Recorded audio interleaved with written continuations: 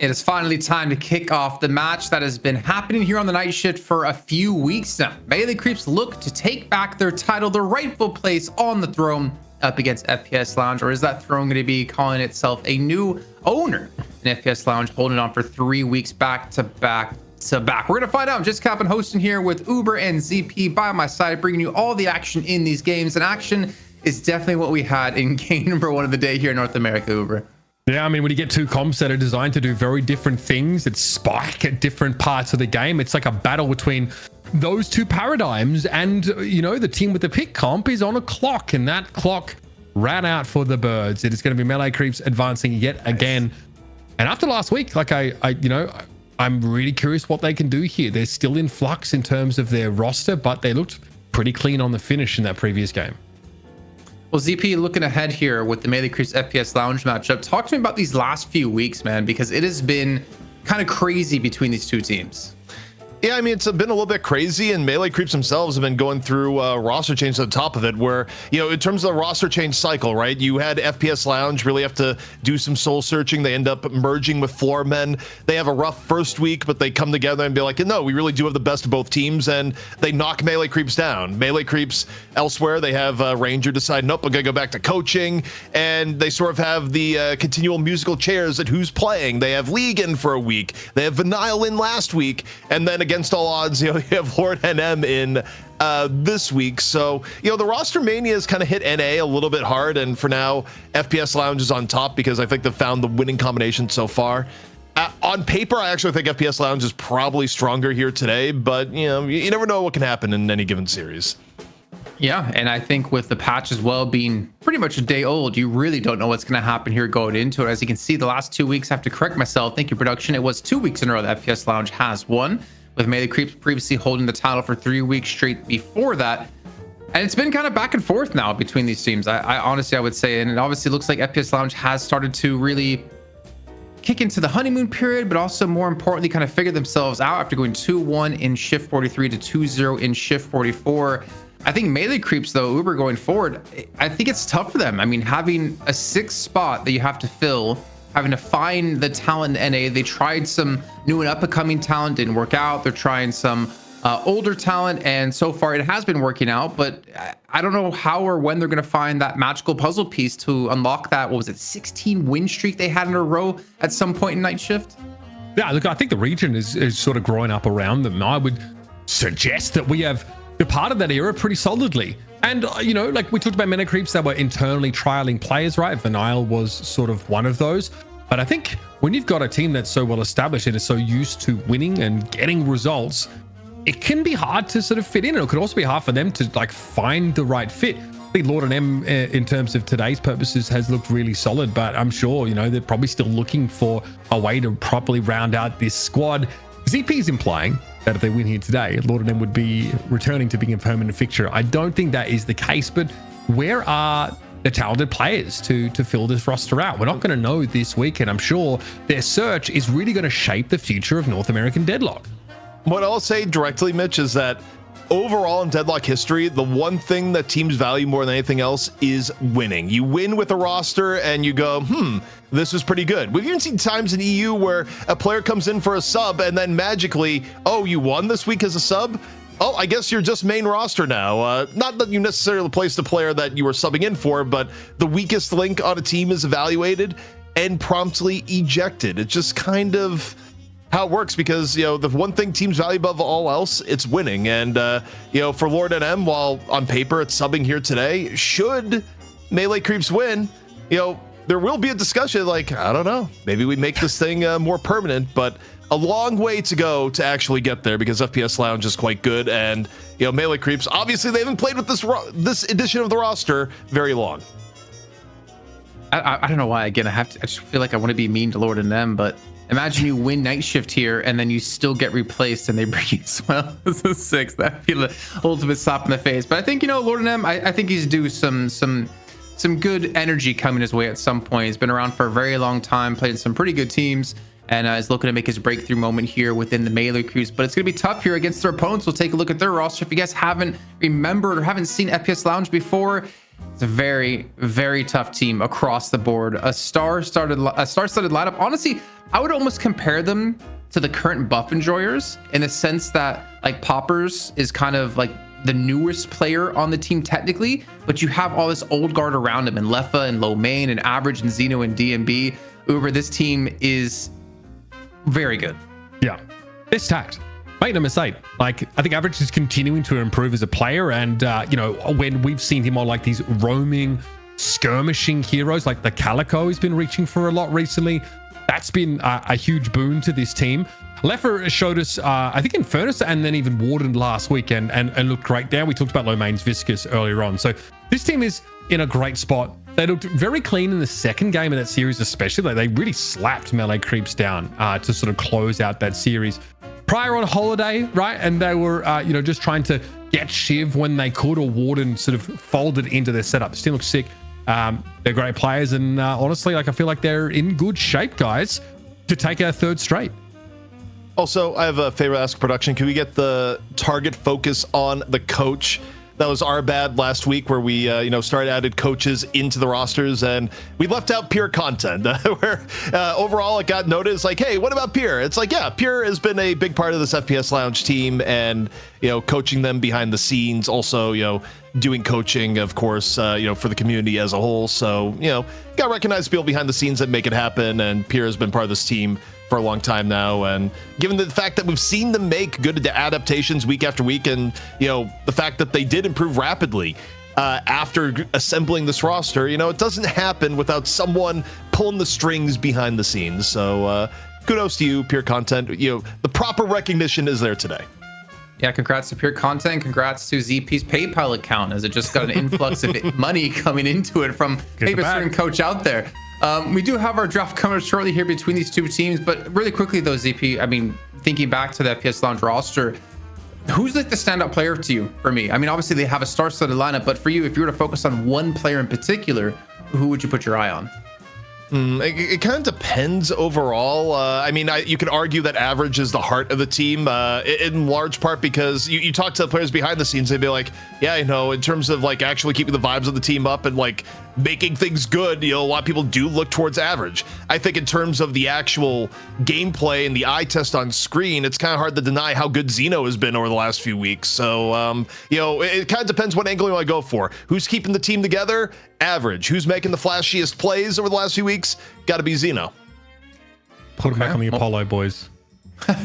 We're heading to the pick ban here, and again, we didn't really get to see much with only one North American game being played and having EU all under our belts now and done for this week. But a doorman to start things off for FPS Lounge on the side of melee creeps. I mean, the thing is, they're not getting first pick. Do you think Shiv's gonna be a contested for first pick? Is Mirage gonna be contested for first pick? I feel like we finally had our first loss with him in this week as well in that last game. What was I thinking? Yeah, Pocket obviously getting banned away, no surprise. I wonder, like, it seems like their priority in securing like Venator is definitely dropped, and melee creeps don't seem to be obsessed with this idea of getting like a holiday / paradox folded in really early. So I wonder if they just like get Mirage first pick, just sort of lock that away, because they ain't getting the shit, that's for sure. Thank God. I was sitting here saying, like, please don't do anything other than pick the Shiv. Shiv is 3-1 on the day today, and the games that Shiv has won, Shiv has looked like an actual monster. He's led into the voice line. So I think Shiv is 100% first pick worthy, and arguably, I think for melee creeps, if you're second pick, not banning the Shiv and letting it go through first might be a mistake with what we've seen here today. Like, I don't know if teams have actually adapted the Shiv's current level of power. Now, obviously, you're going to get 2 premium picks in turn for melee creeps. Number 1 is going to be Mirage. We'll see what number 2 is going to be. It's going to be Billy. So, I mean, they're getting a reasonable bounty here, but the Shiv has been hard to beat so far today. I really wonder what's going on internally when they talk about Shiv. And they're just, it's like from It's Always Sunny, Charlie, which is like 1,000 different boards around the room trying to come up with, and now I'm referencing something ZP doesn't know about, trying to figure out, okay, what can we finally do to Shiv that will put him in a good state? And they are trying everything they possibly can, but he just seems to always come out stronger every single time, or at least it's still extremely viable. He went from S tier to S tier, back to S tier, and he doesn't seem to be moving. Okay, so Ven goes, this is about where you'd expect it to in this sort of 3-4 slot here, but that means for melee creeps, like, do they try and like secure the Geist alongside this, right? I don't know if we need to see the Bebop return either in John or Sire's hands. It looks like they're in agreement here. This does mean that like Holiday is floating around into this next round of bans, and look, you can try for the Paradox here, but we've just really not seen that find nearly as much success these days. Melee creeps are also like fronting up for another like all-in fight around a local objective kind of composition, and yeah, Leffer's Infernus is off the table this time. Yeah, it's kind of interesting here. You may have been able to make the argument of like, go ahead and ban Holiday, but she did get hit a little bit in the last patch, and I think off the eye testing, Infernus actually has been more of the threat. FPS Lounge, though, kind of looking at the last game, deciding, nah, we don't really want you to stack as many frontliners. They took away the Shiv, and they banned the Silvers. So, you know, melee creeps, if they want to be super tanky, at most, you're looking towards something like maybe pick up at Abrams for Saya at this point. But is he going to be on the Viscous? Yeah, he is. So the Abrams may be off the window. We'll see. I mean, they still have the hero pool depth to play it. I mean, you could still put Ido on it if you want to get that. It just kind of depends on how much they value having a super tanky frontline versus how much of it was a crime of opportunity in the last game.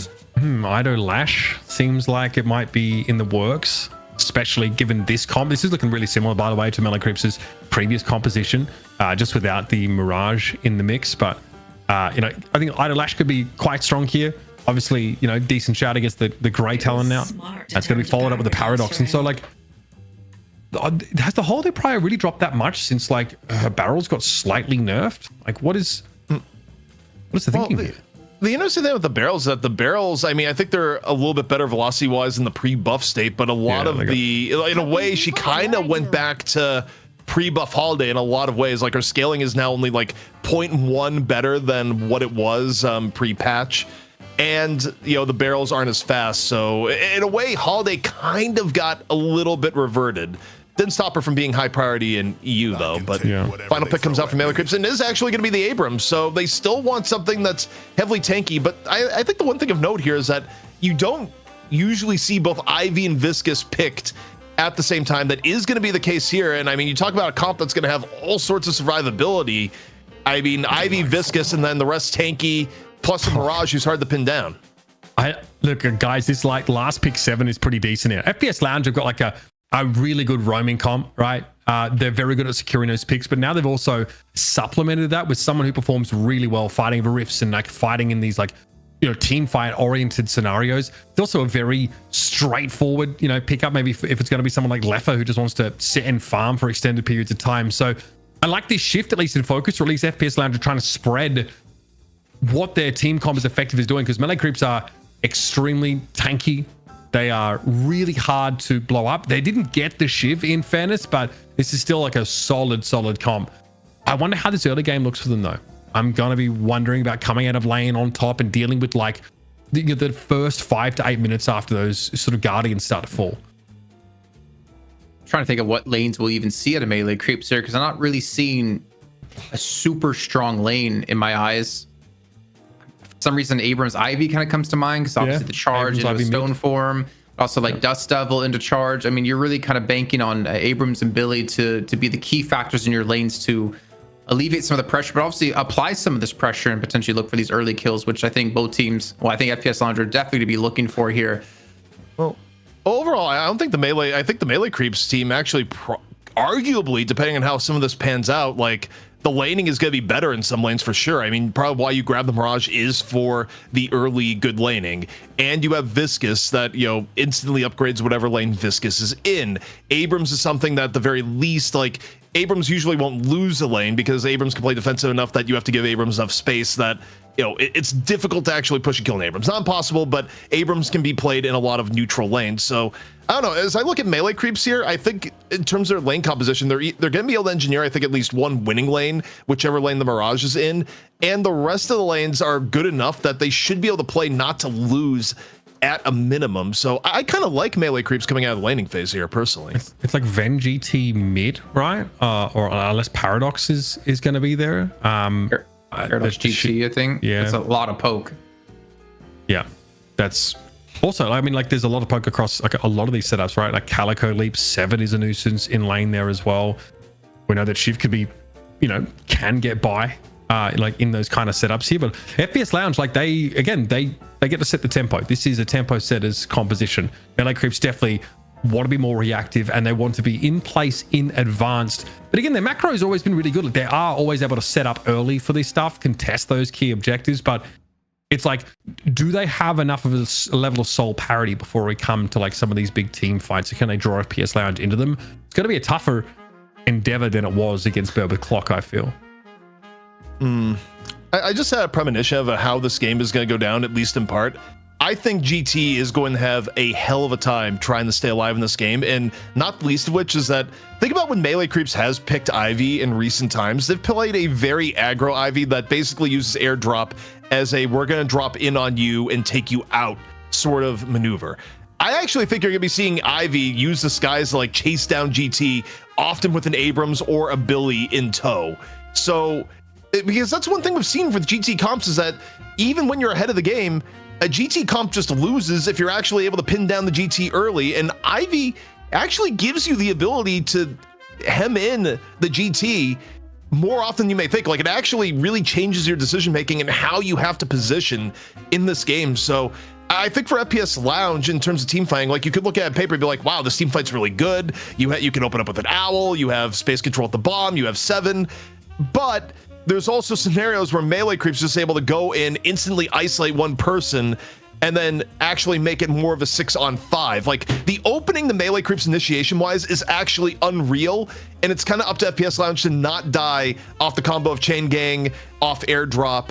And if they can survive those two things, they probably win the overall team fight. But I think, the engagement for these team fights is going to be absolutely crucial in deciding who actually wins the fight. Yeah, how are you going to burst these guys through Cube and like airdrop plus like that Kudzu Covenant? Like, it's going to be tricky. I think the Paradox play here has to be world class from FPS Lounge. So like, and they need to snowball those like successful engagements over and over again, because no one here on Melee Creeps is particularly easy to pick off. And also, if they can stall that, we're going to have a situation like we had from do in the previous game where everyone piles in, airdrop gets them there, Mirage is going to travel on in, and then all of a sudden you've got more in your hands than you bargained for. I think FPS Lounge comes far. I wouldn't even look at it as like an amazing team fighting setup here. I think they're really good, like with macro pressure and like punishing poor positioning. But even with the 7, like, I wouldn't want to get into a 6v6 too early if I was these guys. So are you both leaning towards Melee Creeps then? Because that's kind of the gist I'm getting from you.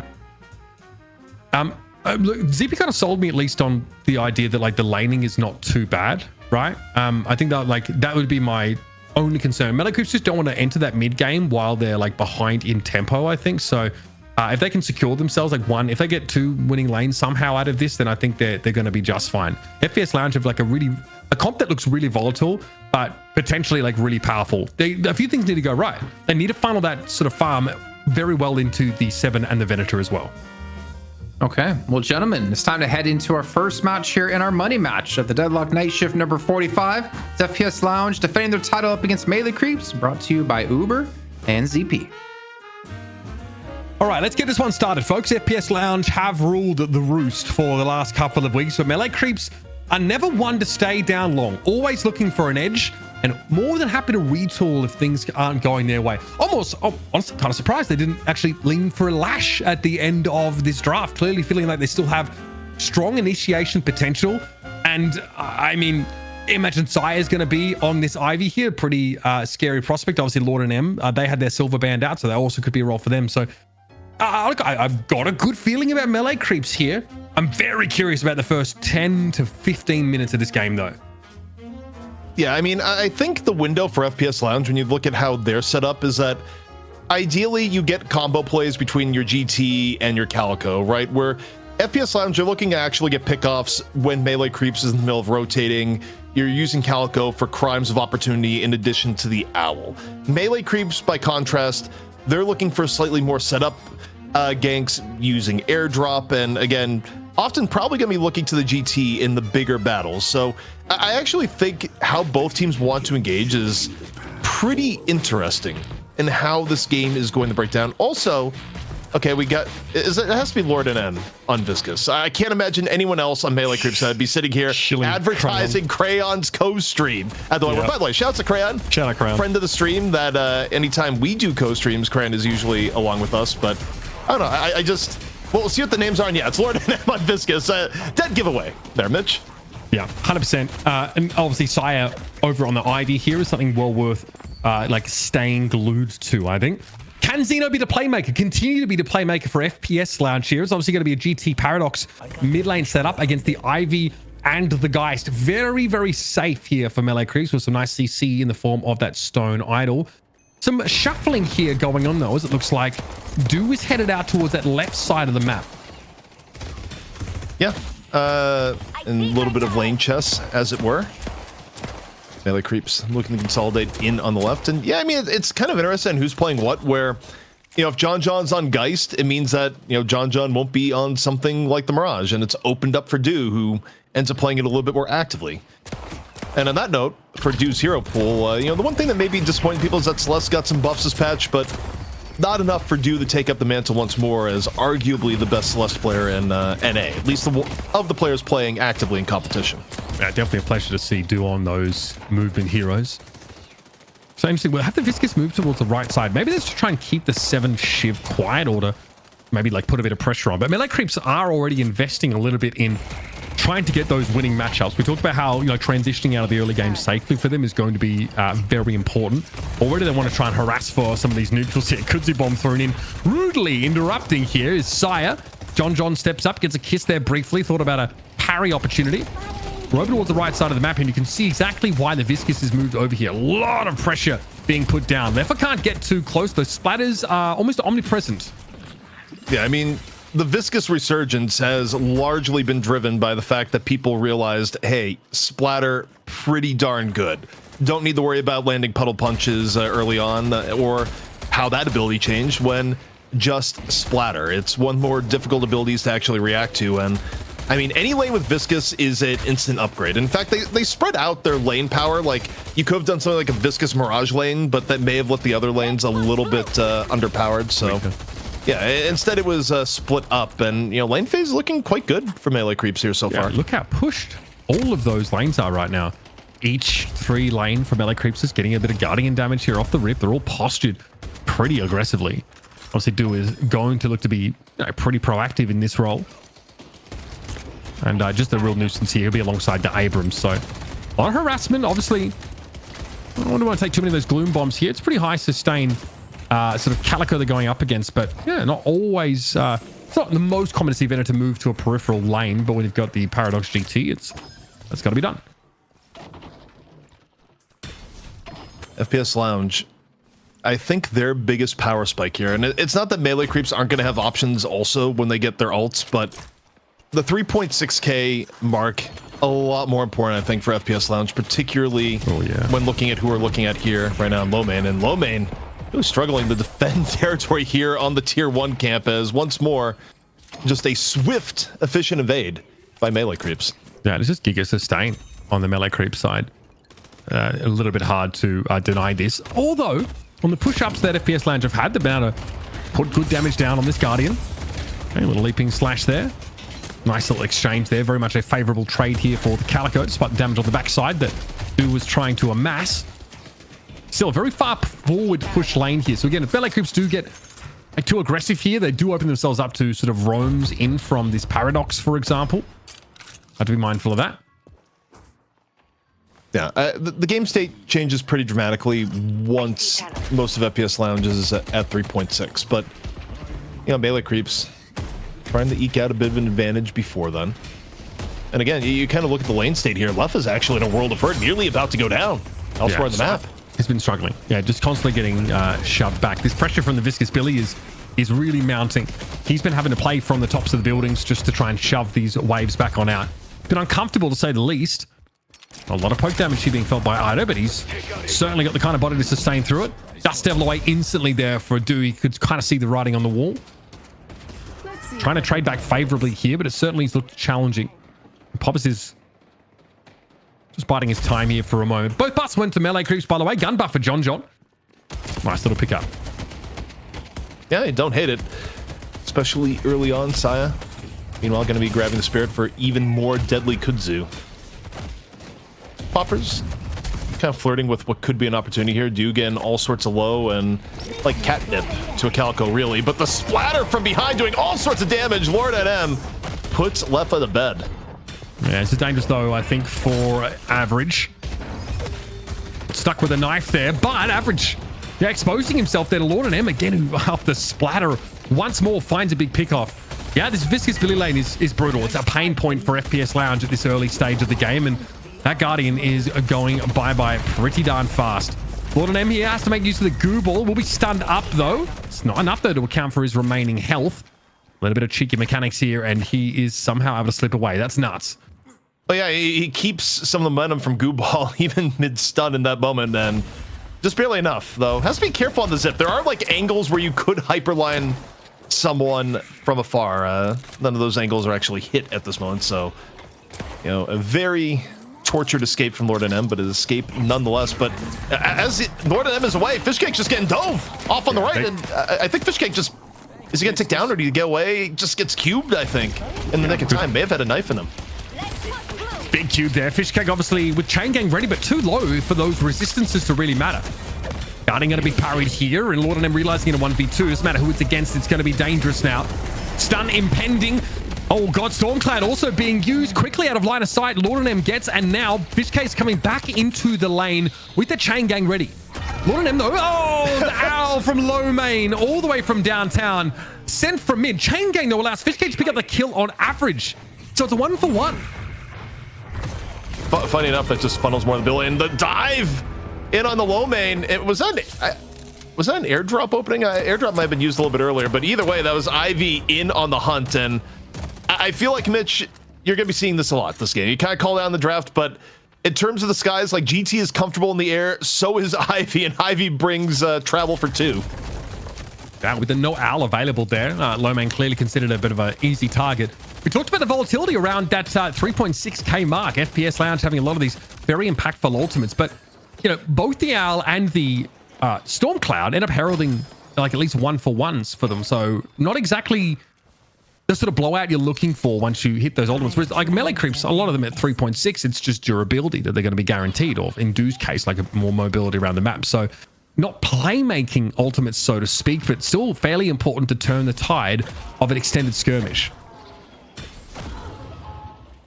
Lane phase starting to come to a conclusion. Melee creeps not only holding their own, but getting a little bit ahead. But plenty of game left to go, and really, while most of the ults are drained right now, this is about the period of time where FPS Lounge can be at their most lethal and looking to set up kills early on here, pre-first earn, pre-first rift. But all that being said, time for a little bit of gambling, courtesy of Billy. And you talk about tech right there. Melees that hit both the creep and the slot machine at the same time. Anything to make this process a little bit quicker and get Billy back in lane where he wants to be. As the dust settles a little bit, you'll notice it's 2 Guardians taken down from FPS Lounge's side of the map here. So melee creeps, look, I mean, this early game definitely not nearly as rocky as some might have sort of postulated. Fishcake very healthy with that 7.2k. And honestly very happy, of course, to be in a lane with the Viscous, which certainly feels like it gives him a bit of a boost. Conversely, low main and DMB, not exactly recipients of large amount of souls at this early stage of the game, but DMB is being given a lot this left-hand side farm. So, you know, in a matter of time, you're going to blink and he's going to be topped right on up in terms of those souls. No problem at all. Sire looking pretty aggressive on that right side of the map there. Aware, of course, under the Walker, Leffa is just farming. What we need to look at here is that, well, FPS Lounge, you know, they're looking to set up things with Owl. I think Sai isn't going to wait very long when airdrop is up to look for a target. And again, it may just be the GT, but elsewhere, you get the swap. John, though, moving on to the Soul Exchange. Feeling reasonably good about the situation. Takes line of sight, but may not be feeling good about the Owl coming in from afar. That's one way to stop the swap. Yeah, that's obviously the best way to play around that soul exchange there. DMB does go down on the left-hand side of the map, though. It's an urn that spawned up there with 3 melee creeps players in the vicinity. Again, Lord NM is involved in a kill opportunity, and he goes low and still able to get out alive. Urn here, very well positioned to be snapped up by Ido. And he will, of course, want to try and make this happen as quickly as possible to guarantee the highest bounty. I really do love the new urn change here, where it's the ultimate solution to a mechanic where people are just like, I don't want to run the urn. Running the urn feels bad. Well, what if we give you all the benefits and make it turbo fast across the map? And it's like, yeah, kind of like that. It's real hard to stop the urn turn in. We'll see if there's an attempt here. And nope, Ido just going to get it. But you do have to cover the denies. Yeah, jumping up, of course. And again, it's a pretty significant amount of souls worth at any stage of the game. Of course, Ido going to start clear away some of these camps. Big push on this left-hand side. So, you know, DMB has been keeping Do pretty busy there, but both of those players, are happy just to sit, kind of idly farm, especially the Mirage, who can be wherever he needs to in a pinch. And again, melee creeps get both buffs secured. And survival on Ido, where, Ido already one of the more aggressive Abrams, sometimes to his detriment. Less likely to be to his detriment. When he finds the GT! Just a quick hello, and gets a fall through, courtesy of Chain Gang. Yeah, that is huge. Takes the snare happily there, and FPS Lounge, they're the ones that, like, you would hope to be more proactive, right? With the Paradox, they did at least earlier find a pick off, and, well, as I say, Xeno does clean up Lord and M. So already 2 picks off the back of the Paradox here on FPS Lounge's side, but this Billy and Abrams sort of squad is pretty durable, pretty hard to get through, and Fishcake is almost at 10k souls here, so in a very good position in terms of how that build is progressing. Spirit Strike rather added to the arsenal.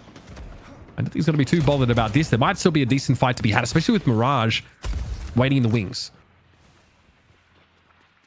Even though the last little bit has felt a little bit melee creep sided, you look at the overall game state, and economy-wise, it's about as even gets. And the Rift soon to be approaching. Here, Mitch.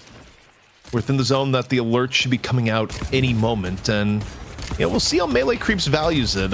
Last time around for melee creeps, we saw they valued Walker instead, but we got Fighter brewing in a low HP Shiv. Yeah, Average just not in great shape at all. Perhaps he was the one that was called out. Lord and M again traded. Here's the Owl. Wasn't able to find an elimination, though. Was doing Ido ultimately able to shrug that off. Iridomini's actually going to pop in the lane here by DMB. So you've got to give the Venator a wide berth for the time being, but after that, FPS Lounge don't really feel like there's really any reason to get too close now. And this Rift should go in melee creep's favor. There's a drift across, though. Look, both roamers are on their way across for FPS Lounge now. Off the zipline, Lord of Them is going to arrive. This big ultimate's in play. Here's the Seismic from Ido. He's going to go for it now. Quick setup dive in. Venator caught out. This is exactly who you're looking for. Nice shoulder charge follow up on the DMB, and there was a Dust Devil even involved there by Do. Now Ido's going to slip away.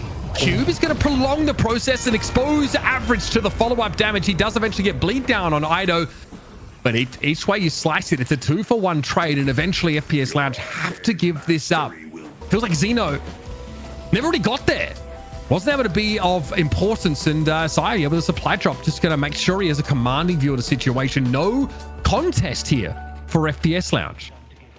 Also, really high value cube by Lord NM there, where you might look at them and be like, oh, Ido still died, right? It dragged out the attention for a long period of time, what would have been a kill that was, about a second away. But deep dive now, going for John. No soul exchange on the table, and we'll see if John support gets their time. Not at all. John gonna fall. A quick dine and dash, courtesy of Poppers. Yeah, there was the soul exchange just very early there by John. So maybe took a bunch of burst damage, but either way, that was forced out pretty quick. And these shoulder charges are magnetic from Ido. Popper's one of the most mobile heroes in the entire game, wasn't able to escape. And now that Midwalker is going to get some attention. There's a drift across here, though, from Leffer. Stormcloud ready. He is doing what he needs to in terms of farming up, and is just working on those neutral camps for the time being. There's a golden opportunity to snatch away a Sinner. As even gets here, Mitch. I think a few storylines developing that may be a little bit worrisome for FPS Lounge in terms of who's getting farmed. But even then, dudes at 14k, Ido grab on the Average. Shiv not the easiest kill, but this time they have the tools, Mitch. I can just see him over and over again, especially with the Billy turning up. There's like, what, 3-4 forms of like hard CC to ultimately punish the Shiv. And it's just not advanced enough in the game where the Shiv can shrug any of that off. No E-Shift, none of that kind of stuff to speak of. Time to fight for some buffs, apparently. Supply drop being used here to signal some threat, if nothing else. And that's going to be a casting buff pickup here for Fishcake in a fight on the backside, you'd imagine. I don't know where Poppers is supposed to go here, and it's a pretty compromising spot for Leffer to be, but he's going to go for the Storm Cloud and catches out Ido either way. Still, even with the bullet resist, you imagine Leffa will fall, and he does. Lord M is able to snatch himself up a quick double, and here's Fishcake with cooldowns are plenty to use, but realizes perhaps he's overstayed his welcome. Low main, Big Owl pickup. Eventually, he's traded out for it now, and DMB is hot-footing it over there. Local numbers advantage here for FPS Lounge as melee creeps start to run out of steam a little bit. And yeah, mindful of average, I think, is Xena do rather, but he's still going for that pick-off. Still gets the paradox. Knows, though, that this is almost guaranteed to be traded. Well, dust deviling away and away. Is that gonna be enough? You got four knives in you. You are bleeding all over the streets of the Cursed Apple. Average with some revenge. Difficult game for Average so far, but that definitely helps, and even more so if Average is able to get on the urn. Also, Mitch, have noted that last fight? That was a rare plus 16. One owl. Yeah, 2 pickoffs there. The radius is pretty easy to understate sometimes. Iridomini, dangerous. Yep, warp stone away instantly from Ido. Especially sees the GT very quickly converging on his position. I'd be pretty scared of DMV in this spot, but he doesn't have a clear sight line to Ido. He's going to get to hide away and slowly regen. Cube, self-cube there by Lord and M. Doesn't want to tank any of that damage either, because that mid-walker is going to start to look pretty exposed if FPS Lounge push up any further, and Saya could be in some danger as well. Has to pop the airdrop to try and get away, but he is not going to escape this. Stone Idol, a little double up there, not too shabby. Some time has been bought, and he's slippery. Oh. Even the slipperiest eventually will have to fall, and Poppers will ensure it. Reading the parry towards the end, not enough to actually get out, but the instincts to just drop the parry there, still pretty darn strong. Elsewhere on the map, though, we got Walker Pressure coming on in, and Do, being a force of nature here, teaming up with Fishcake. Let's see what, if anything, comes to defend here on the Walker. For FPS Lounge, you don't want to give it up for free. Here's that Return of Shadows. Unaffected, ultimately. Do is. Fishcake, though, very low, being chased currently. I can't imagine you're going to escape the Calico, and no, Poppers will get to their intended target. Again, Trophy Collector. So we're going to be stacking that up quite nicely here. Xeno falls yet again, though. And still, Meta Creeps trying to fight back. You can see all these waves are pushed up at the moment. Large number of souls to be turned in here to a couple of key items now for DMB. Can we get a counting of both kills and then deaths in the game? Because this has been particularly bloody. I think a few people have been isolated a little bit more than others on both teams, and just getting the graph for context here would actually be kind of interesting for how this otherwise close game is going down. Okay, we got the tab screen here, and yeah, that is 6 deaths for Average, which made the comeback kills of the cleanup of the last fight into urn super important for getting a foothold back into the game. Yeah. Getting online with that Radiant now as well. So certainly represents a bit of power spike in terms of survivability. Okay. Sai will be shoved off that rooftop. But these lanes now have slowly crept in Melee Creeps' direction, or at least in one that favors them. John studiously farming away on this left-hand side is taking up the spot that Do previously held. And yeah, I mean, Leffa hasn't seen a ton of action. We've seen, I think, 1 Storm Cloud so far that did end up securing a kill. But he's up to 20k souls. A pretty phenomenal game so far as the back and forth goes, where we've been getting good fights, and neither team has really had a significant foothold over the other for any real period of time. And even this soul graph right here, don't be fooled, this is within a range of 3.2k. 3k, yeah. Okay, Rift on the left. FPS Lounge already set up for this. So Melee Creeps were hoping for some mid-side Walker pressure. Instead, though, they're going to start to drift over towards this left side. They got a comp that certainly wants to fight for these objectives. And maybe opening the way towards the left side Amber Walker seems like an appetizing prospect for them. They likely would have been spotted here crossing, though, by Lomain, who could be in some danger. Connected, bash down, also going to drop him. There's nowhere to go. Lomain just lingered a little bit too close to the sun. And a seismic here could start off the fight. Warpstone for repositioning. I don't know, quite getting the connection, but with no Grey Talon, FPS Lounge have no interest in fully committing to this rift to pick up the Melee Creeps.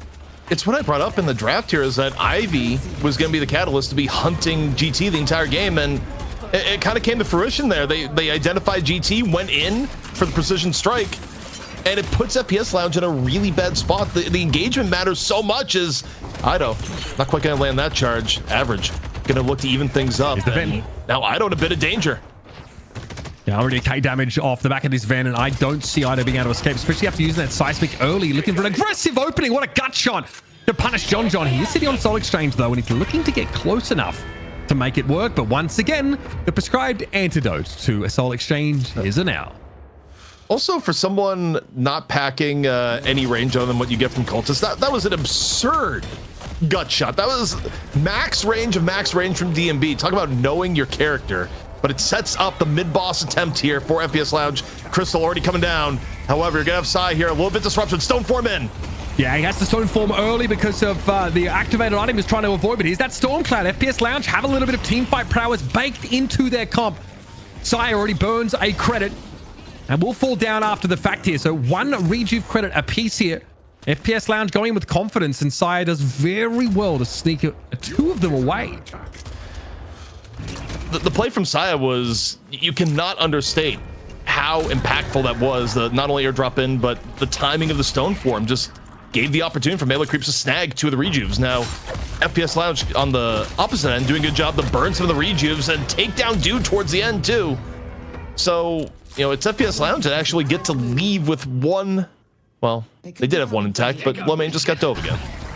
Yeah, okay. Lord of M, though, does go down for that. That's the exchange for melee creeps. That leaves them with two players off the map right now. So a power play is in effect for FPS Lounge. They're still got a paradoxical swap available now. Left for under a lot of pressure. Chain gang used here. Ido going to be stunned up briefly, trying to play around this paradox wall. There's the swap. Return to Shadows also going to be too much for Ido to bear. Thought there might have been an opportunity to go forward, but Fishcake had to pull out of that fight pretty darn early on.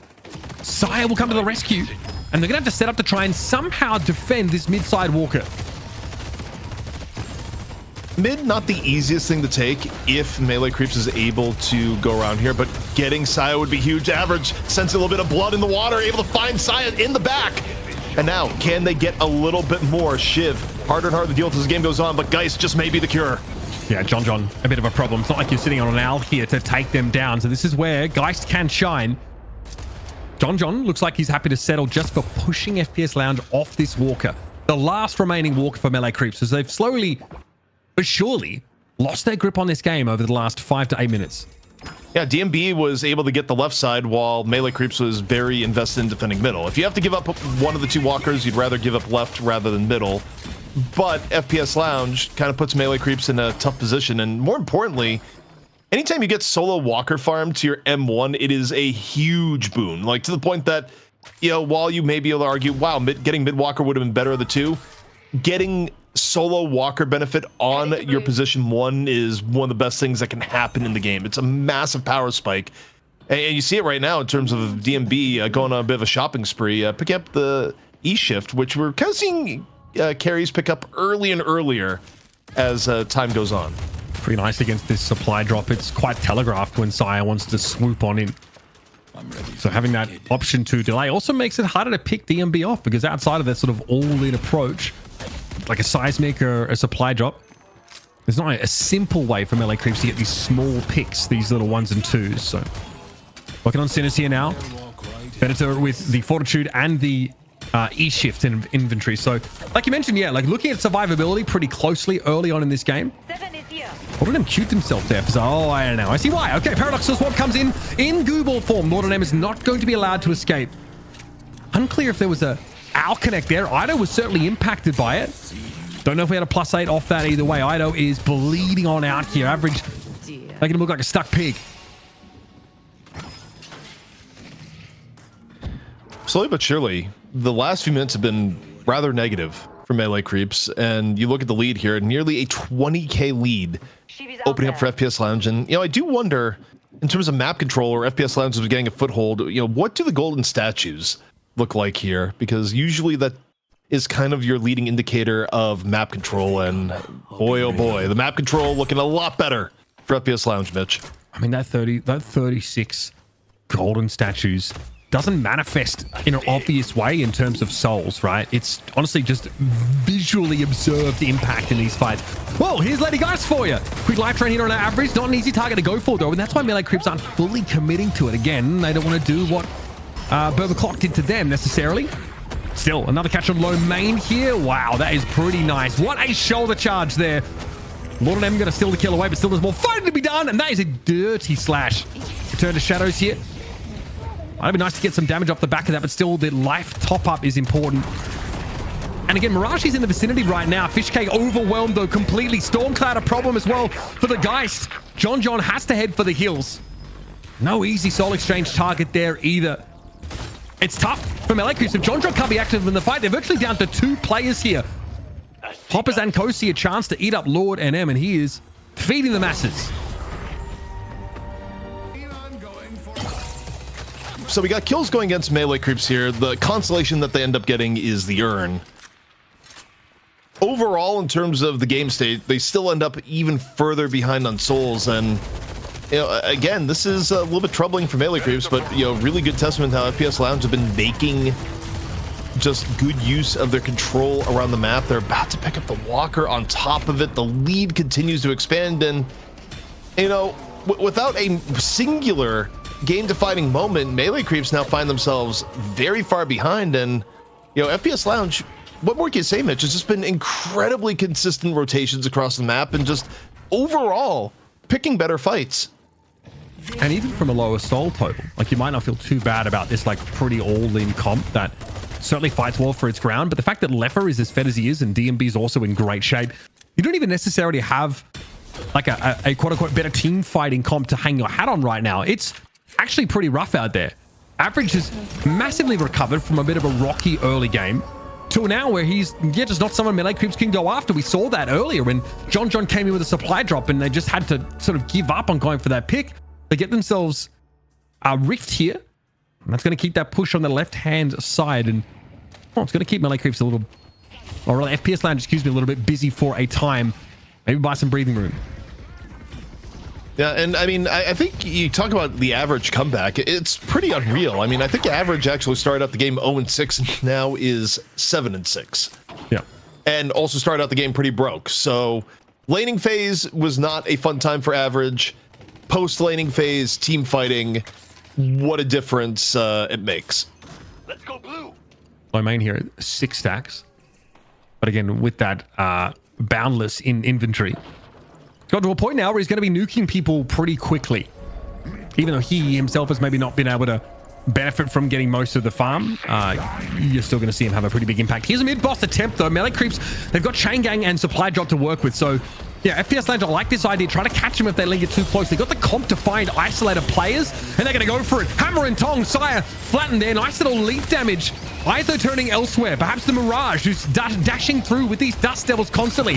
Ido's extremely low, but Average is in trouble and eventually is brought down, not given a chance to get back in the fight. Supply Drop active now. The chase is on. Poppers was hoping to go after Do, but this is again blown up in their face. It's Melee Creeps who have the fight taken to them and seem satisfied with that. Gonna be tough here to deal with Ido. Sire to the rescue once more. Fishcake's able to extricate himself at low life, and Poppers is found lingering on his own. Popper saw an illusion there. The illusion was actually being able to kill the Abrams, but it's not happening with the Ivy there as backup. Just enough disruption was done, and for Melee Creeps, they may be looking for a dive here. And oh, splatter into the tunnel is such high damage. That is the one place you do not want to get hit with the goo. Yeah. Bounces all around. But as we look here, DMB still trying to apply a little bit of pressure, but it is a number where he's outnumbered here, Mitch. Yes, very much so. 5-1 odds are not ones I'd be looking to take for. You might say the deck is stacked against you. E-shift even used there by DMB, but yeah, I think he emerged from that realizing there was nothing to do. So Melee Creeps, here they come. After falling behind pretty significantly, they now have these 3 rejuve credits and they have closed the soul lead. Extremely back and forth game, and all it takes is one good fight where FPS Lounge ran them down, not wanting to get caught inside the mid-boss pit in a straight 6 versus 6. They ended up opting into one anyway. You know what? Can we get a look at the soul graph again? Because this has been another one of those just massive comeback games. It's not even a sine wave, really, a little bit at the beginning, but it was a flood in favor of FPS Lounge, and all it took was effectively, 1.5 kind of messed up fights, and, Melee Creeps, not only are they in the lead now, but you got 3 rejuve crystals left, still 2 minutes left to make it work, and they're going to invest part of this time to get double buffs. Yeah, and it is a sine wave. It looks more like resonance frequency, though. You know what I mean? Where it just gets wilder and wilder swings. As we get into this stage of the game, the volatility is certainly going to be there, but Melee Creeps have gotten through this mid game. They've got all the walkers down, so they've evened things up in that regard. Buffs are in their hands. They're going to get an urn turn in here in theory. Obviously, do has the walk just across the map. Still can't, you know, cheekily TP. But it's harder to wrest the urn away. You can't drop it anymore. But if you get meleeed, it will drop. You can't parry while you're holding onto it. So a couple of little things about it. If someone wants to take the urn off you, they want to spend a melee on doing so, they can. But the setup here is pretty darn good for FPS Lounge and rather for melee creeps, and they do want to fight in numbers around this turn-in location if it comes to it. The one good part for FPS Lounge is that running out the rejuve is a lot easier now with it being down a minute. But hey, if you see an opportunity, you're going to go for it, and this may be the opportunity. Still, again, juggled repeatedly by Do. An Owl putting into it temporarily. 3-man Owl coming down in, and Leffa real low here, Mitch. Yeah, he went for a defensive Storm Cloud, ZP. It looks like it's bought a little bit of time. But again, that pressure's still going to be felt now. Fishcake knocking at the door, cubed up. A bit of an awkward spot. Okay, Cube going to be popped up here. Counterspell going to be active. Goo Ball in play for Lord of but he's also running a little bit low. You've got to be careful not to overextend as melee creeps. Poppers did go down. You still have 1 rejuve credit left. You can afford to take some risks. And if you see DMB dangling himself under your nose like that, odds are you're going to take the opportunity. Now, though, Average, who's recovered from a weaker early game, sees some opportunities here to pick up some kills, but it's the Shrines that are suffering as a result. Average is going to turn around now, try and maybe fight this Billy. But Fishcake is down for it. The good part here for FPS Lounge is that if you're fighting Average, you're not over and finishing off the final Shrine, although that still may be happening regardless. 1 Shrine is down. The backup is here from Ido. Average wants no part of the double frontliner battle, but has no choice. John finishes off from afar. And FPS Lounge down 4. Melee creeps only 1. Last Shrine surely about to fall here, Mitch. And we'll see what, if anything, this plus 48 Owl is going to be able to get. I mean, again, there's nothing to do here. Yeah, okay. Get a couple stuns, but it's only Leffa and Low Main that are alive, and Leffa doesn't have the refresher, so just the 1 Stormcloud we saw earlier on. It didn't even really seem to buy that much time. All Shrines down. Melee creeps now in the lead. 21k souls. And they back away into an entirely blue map. Part of the problem here is that scaling wise for FPS Lounge, some of their weaknesses become even worse. Low main staying alive when melee creeps is working at this big of a lead. When your Abrams is at 36k, it's easier said than done, especially when Saya is still going to be looking for airdrop engagements. You know, you try and concoct the best team fight for FPS Lounge. What you're looking for is someone getting bursted. Between the GT, the Venator, and the Calico, you actually do have some pretty ridiculous burst potential. If they can't do it, the Killing Blow can finish it off. Or you're looking for just a really good Stormcloud somehow coming out from Leffa, you know, maybe aided by a swap at the beginning. So it's like, for FPS Lounge, even being down, they do have win conditions, and maybe this is one of them right here. The squad in on the Fishcake, nowhere to go. Yeah, a big bag as well, sitting on Fishcake. He was pretty confident farming away there. Obviously, no E-shift on that Billy. Okay, pause here for melee creeps. I wonder what that discussion was. His dog. Okay. His dog, of course. No one talking. Not a great sign by melee creeps, but hey, they're in good shape. Still losing Fishcake for a whole minute. That does represent a real window for FPS Lounge to go to work here. That was obviously at the cost of the swap. But Zeno, again, with less map to work with, sometimes ZP can be harder to find these picks, so FPS Lounge very happy to at least gotten one of them. Whether it amounts to much, though, remains to be seen. Lord of M gets that Boundless into the inventory. Ido with the Transcendent cooldown. The rift is opening, and FPS Lounge being behind, they certainly want a piece of it. Still, you know, some danger here for FPS Lounge where if they commit too much to an objective, melee creeps just could go for Patron. So this is, you know, they have to be a little bit judicious in how they allocate resources. As said, I mean, people are going for Average at the moment. Yep, supply drop. I think Average is in some trouble.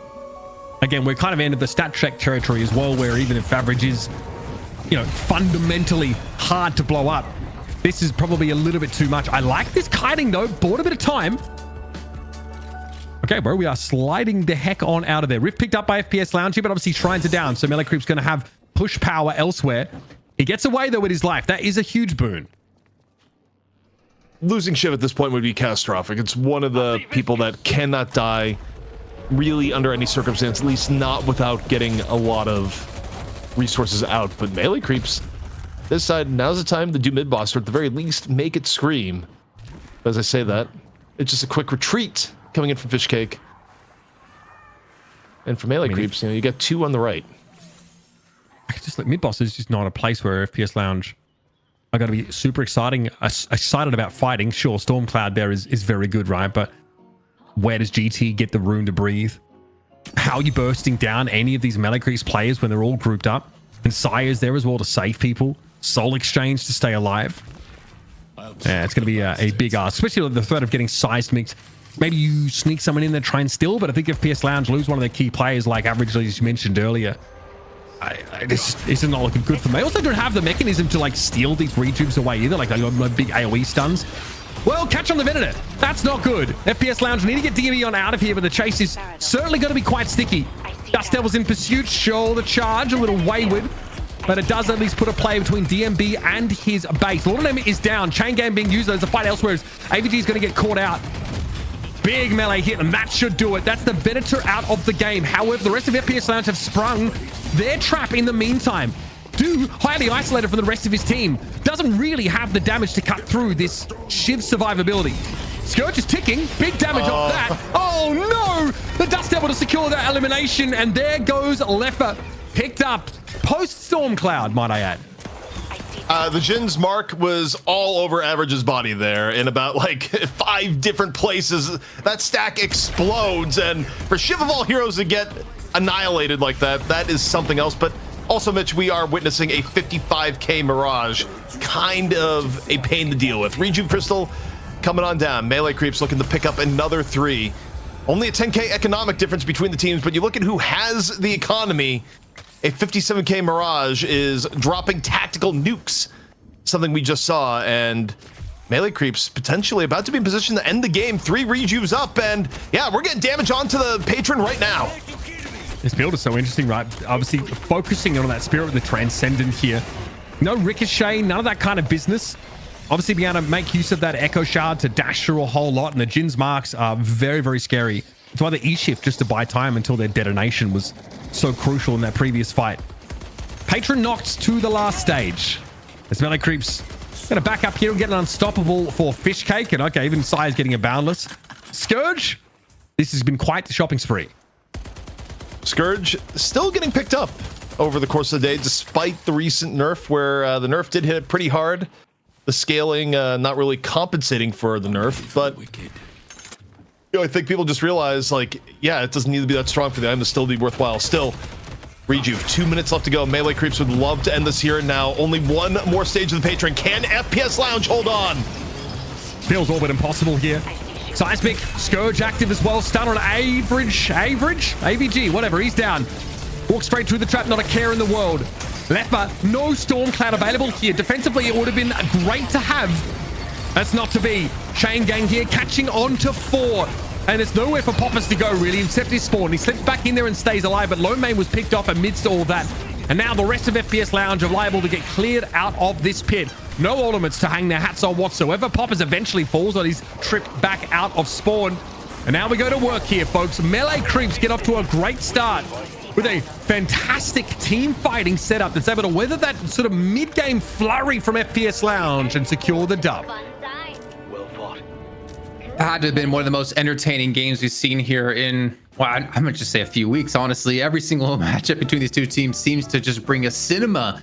But my lord, dude got so damn far ahead. But also at the same time, if I'm talking about him getting ahead, I feel like Average deserves a lot of credit. You're talking about before ZP, he had a tough start on that Shiv. You mentioned about like 0 and 6, was able to bounce back to be up to like 7 and 6. He was able to keep himself alive in this game, but unfortunately, dude just kept getting stronger and stronger to the point that he just wasn't able to be dealt with anymore, ZP.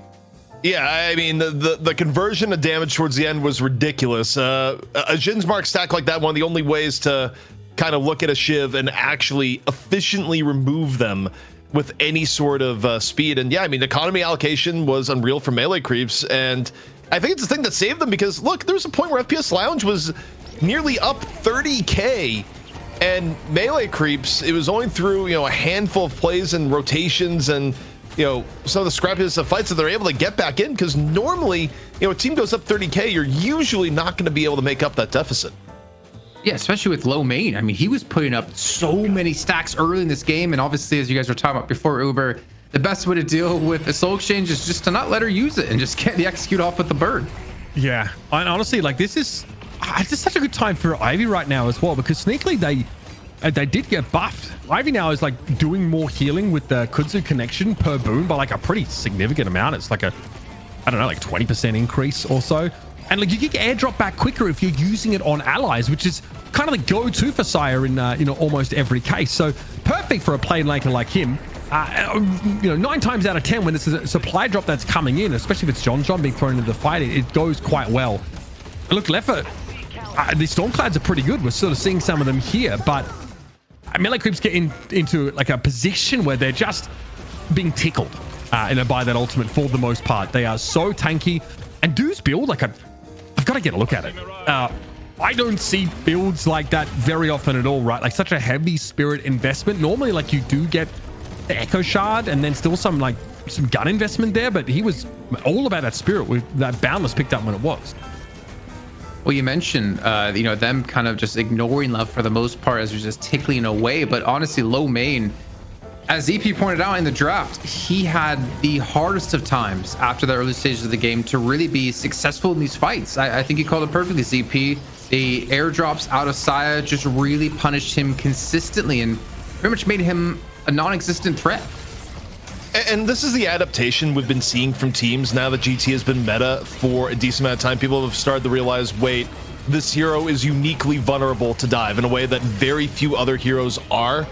And one thing for low main, I mean, we'll look at the final items. I don't know if low main ever invested in an E-shift, but I do think that's the one itemization thing you need to like prioritize a little bit earlier. Okay, the E-shift did come in. I think some of these dives, it was just, even once E-shift came online, the presence was overwhelming enough that the 6 seconds wasn't enough to save low main, at least by the time we saw it on camera. So yeah, I mean, this is kind of the battle plan that people have kind of developed to deal with GT, is that, yeah, you can pick GT, but GT now is to play a game of, do 3 people roll up on me and kill me before I do anything in a fight? And the answer oftentimes may just be yes.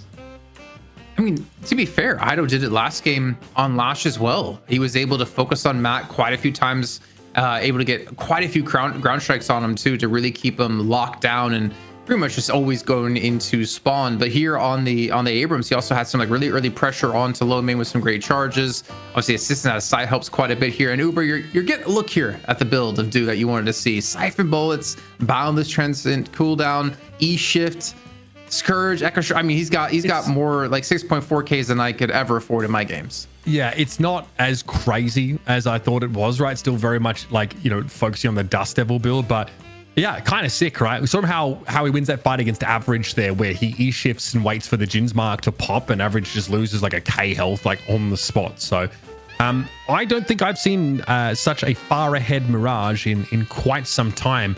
And it's so funny how we were sort of tolling the bell for Mirage's sort of demise, but it's being played in a different way right now, but still really impactful. Still found like a really solid niche here, and I mean it's terrifying to see that from Do now. Like, you even taking the Shiv away from him, he's always going to have an option to to threaten you. Yeah, I mean, yeah, for sure. I mean, he's been the MVP of the day for sure so far in the games we've seen in Challenger, and of course now into the money match. But ZP, was there anything special in the builds that you saw? Anything you wanted to point out in particular, or are you all good? Pretty much everything status quo?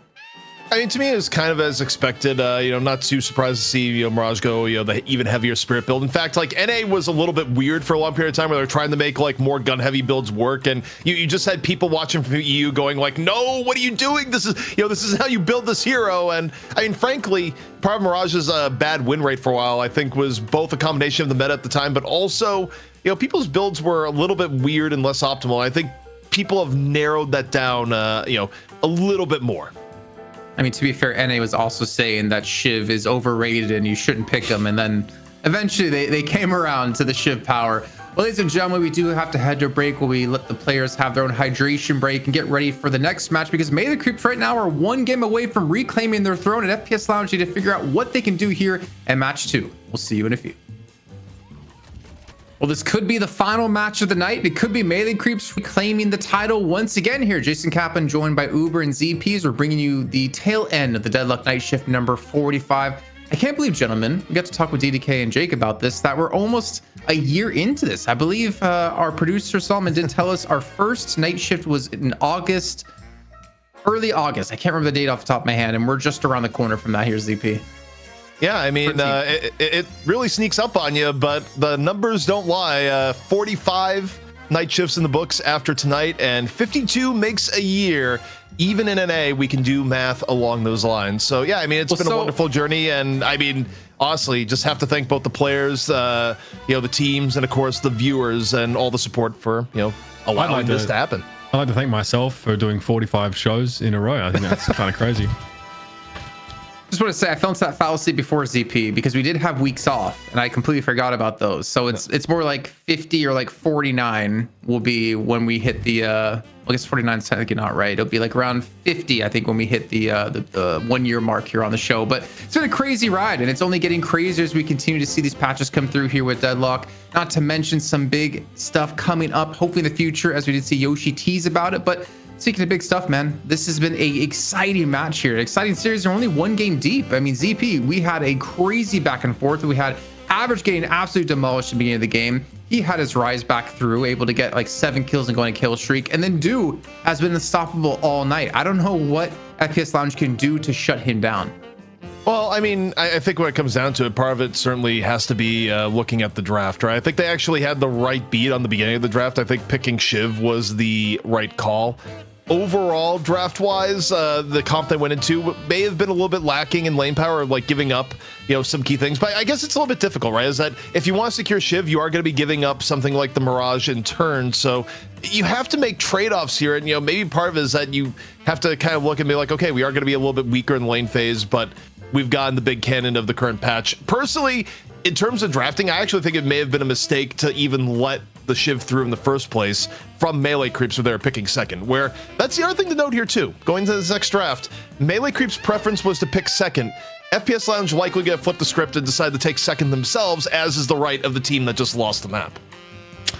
And this might mean that something like Pocket gets let through if they're not going to get first ban constantly, or like the Doorman, God forbid. So it could definitely change the texture of the game. But honestly, what we've seen so far from Melee Creeps has really worked for them. And actually, when in games where the Pocket has gotten through, they have not really found great success. It's actually been in the tail end of a lot of the series we've seen from Melee Creeps. And it wasn't really able to be a difference maker. But seeing Do be able to do this on Mirage, someone who is ubiquitous and often left up, means that, yeah, you've got to consider that. I'm not saying ban it, but maybe your first pick and try and set the game state so you don't have to deal with Shiv either.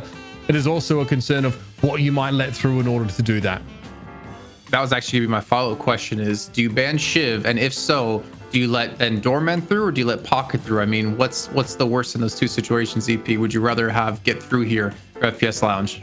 Well, I think if you're second pick and you are banning Shiv because you'll want to be a first pick, then you're kind of at the mercy of the other team in terms of what they're doing. Like, you're invested in the Shiv pick, and the other team basically decides what they want to play there by virtue of their first ban. Because, let's say you ban Doorman, the other team bans Shiv, well, therefore you get Pocket.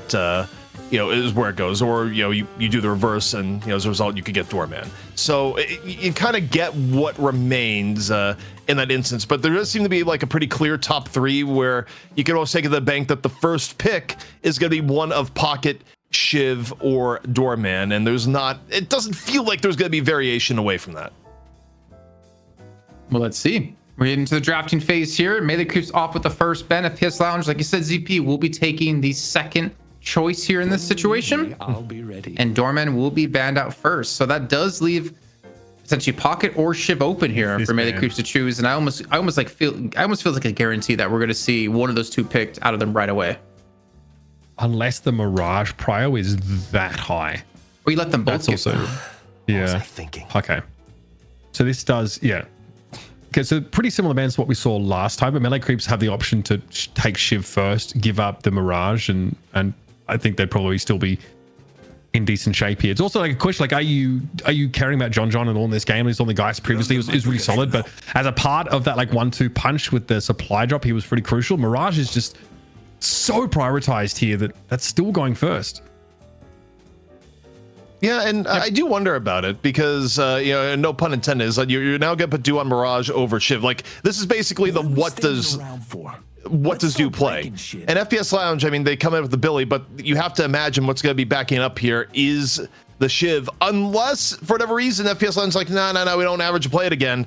But I feel like that would be a bit of a disaster if they do that, because the melee creeps will probably do Shiv Geist in response. So you need a monster hunter, huh? The melee creeps are still gonna be able to get the Geist here as well, and like it's a question of like how far up the draft order they're like prioritizing getting sort of tanks now, because obviously they don't get to play Abrams and Billy. I think Viscous is still certainly going to be on the table for them here. Also a question of like whether Psy's trying to play something pick oriented, right? Or do we get a reach for the Paradox? Does melee creeps just not value that hero that highly? Because that's all evidenced by FPS Lounge. Xeno was getting picks. Like he was doing solidly, but I really felt like the Paradox just lost its relevance after 25 minutes. Well, Geist and Viscous do come on through here, ZP. So melee creeps, I mean, keeping the Viscous train going. And again, we're seeing it top 3 now, and it kind of went up in priority over the course of this series so far, kind of reminiscent of what we've seen in EU. But I'm also curious now, when we get into the next banning phase of this one, what will potentially be taken away here? Because you could hit Holiday yet again, you could hit Paradox. There's a lot of choices here when it comes to pick potential. Well, the question is, where's GT going to get valued? So melee creeps, whether FPS Lounge is going to have first pick out of mid-stage ban. So melee creeps, okay, they don't have to worry about banning GT because FPS Lounge decided, you guys don't play it, we are not going to play it. And I think they had 2 options here. They could either ban the GT or they could ban the Ivy to try and make the GT better. But I really don't think low main enjoyed the getting dove 24/7 experience. And they basically said, just ban the GT. We don't want to play it, but we also don't want to play against it. I think the Calico ban is super heads up here, honestly. I think keeping FPS Lounge off that is pretty big. Obviously, Poppers and both average can play it quite effectively. It's just a nuisance. It feels like every time you're trying to get a skirmish done, the Calico just appears, just turns up and starts to cause you problems. They also get Infernus Venator locked in here. So this is instead of the 7 and Venator. So FPS Lounge still very much are caring about getting DMB like a primo M1 carry. I gotta interject and say I think that was an overdraft on Venator. You know, melee creeps hero pools. There was no one else in melee creeps that was really going to conceivably play Venator at this point. Like, well, I understand why to like leave picks open for counter picks. I actually think FPS Lounge could have saved Venator to a later pick because it just wasn't going to get picked, and instead they could have denied something like the Lash, which is now in play for melee creeps. Do you think they would have picked Lash for them? Obviously, low main we know to be an extremely good Lash, and to continue to further that idea of not picking Venator right now, knowing that melee creeps won't take it. Was Lash on your card of what they should prioritize then instead of that slot? I mean, was it a super high prio? Like they could go for it? Maybe, maybe not. I think if you're looking to deny tools that melee creeps go to, though, they do go to Lash quite a bit. And again, it's more so like draft maximizations that based on hero pool stuff, melee creeps wasn't going to go with the Venator really under any circumstances. So you had the opportunity to delay, but also the Drifter final pick, Drifter not only getting some buffs, but even before the buffs was coming more into focus, especially in EU. Thanks, Listic. It's been mostly him before today playing it. We do have Ivy's last pick, so sticking with the Ivy to work out as it did in the last game. Again, look at this lineup that they have. Very beefy frontline once again. You have all the protection in the world for Do over on the Mirage in the backside. You have John pumping damage when it comes to the guys. Then Ido, who's hit some great death slams already. And FPS Lounge, it just seems true to the identity from what we saw in the last game. Just very high damage, not necessarily super tanky, and they just want to get that early start. I just think it's so hard, like to not even to get that early to mid game lead over melee creeps, but to actually continue to push it, because it feels like it doesn't take long before they hit that critical mass of just being able to fight you.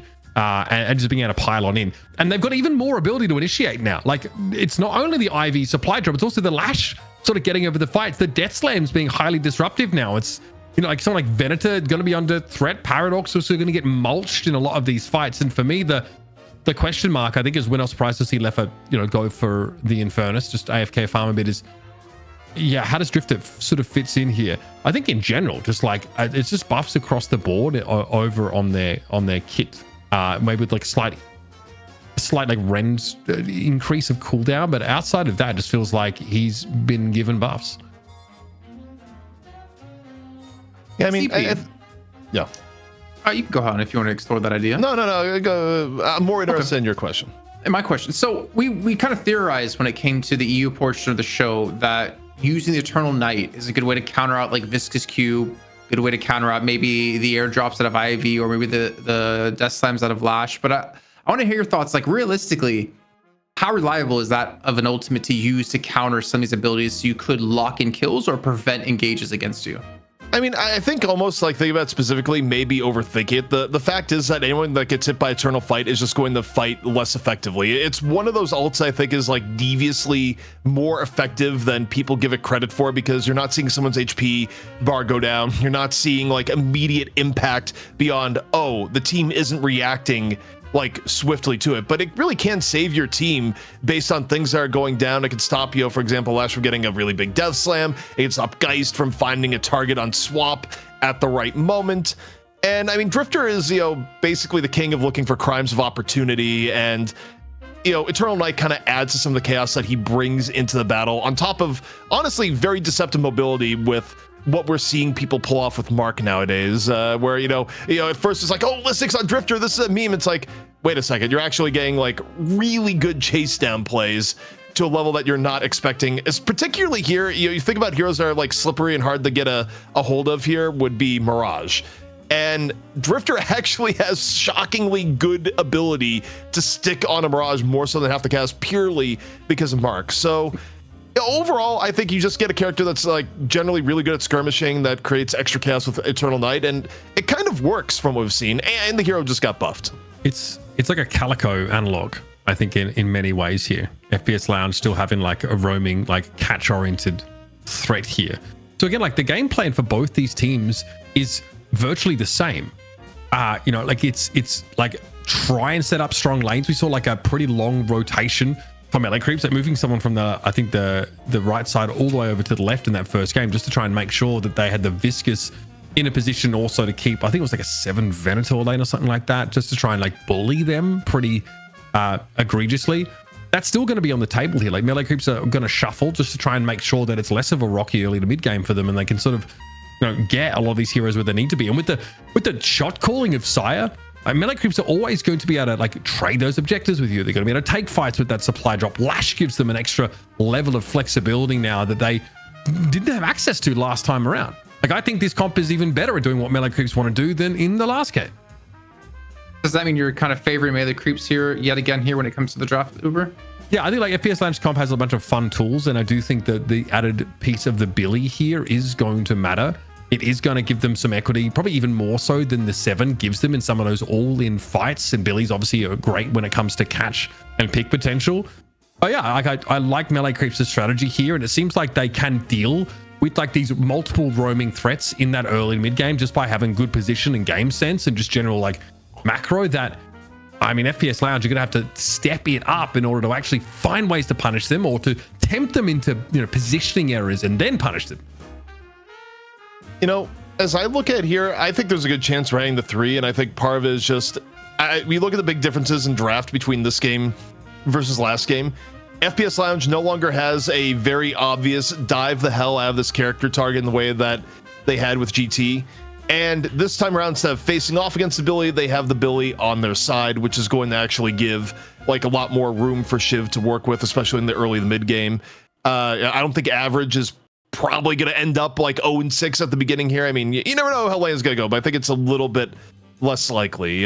So all in all, I think FPS Lounge got more of what they wanted. I think the big wild card here is the Drifter going to work out? But EU has kind of shown that it can work out. But can FPS Lounge, make it work here is, what we'll see. But if the Drifter works out, I just think Billy is that good. And I think melee creeps is actually a little bit on the back foot within this comp. On the back foot, it seems like where they like to be right now, being challenged, being pushed to improve even further. And even though they're coming in with a new tryout in Lord and M, they're going to try everything they possibly can here to take this into 2-0. FPS Lounge, as you heard from ZP, have a chance here with that Billy and that Shiv combo. Let's head into game here once again with Uber and ZP. All right, folks, game 2 of your finals match here in shift number 45. It's melee creeps, and his compet's very good at saving teammates. Cube, there's plenty of escapes there. Soul exchange, you name it, melee creeps have it. FPS Lounge want to find those isolated targets, even more so now with this drifter in their lineup. We're going to be looking towards these early lanes and see how they perform. Viscous Abrams here for melee creeps on the left-hand side. It's going to be Ivy and Geist in mid again. And then, of course, the Mirage and Lash will be on that right. Also, Mitch, at stake, if FPS Lounge is able to extend the series here, regardless of who wins map 3, going to be one of our longest days ever. Maybe the longest of the last few months, where it'll be our second day within, I think, the last month that's gone to in 8 maps. But I feel like by length, this day has already been significantly longer. So, you know, maybe a day of maximum deadlock here if FPS Lounge is able to turn things around. But also in terms of changing things up, it's not average on the Shiv.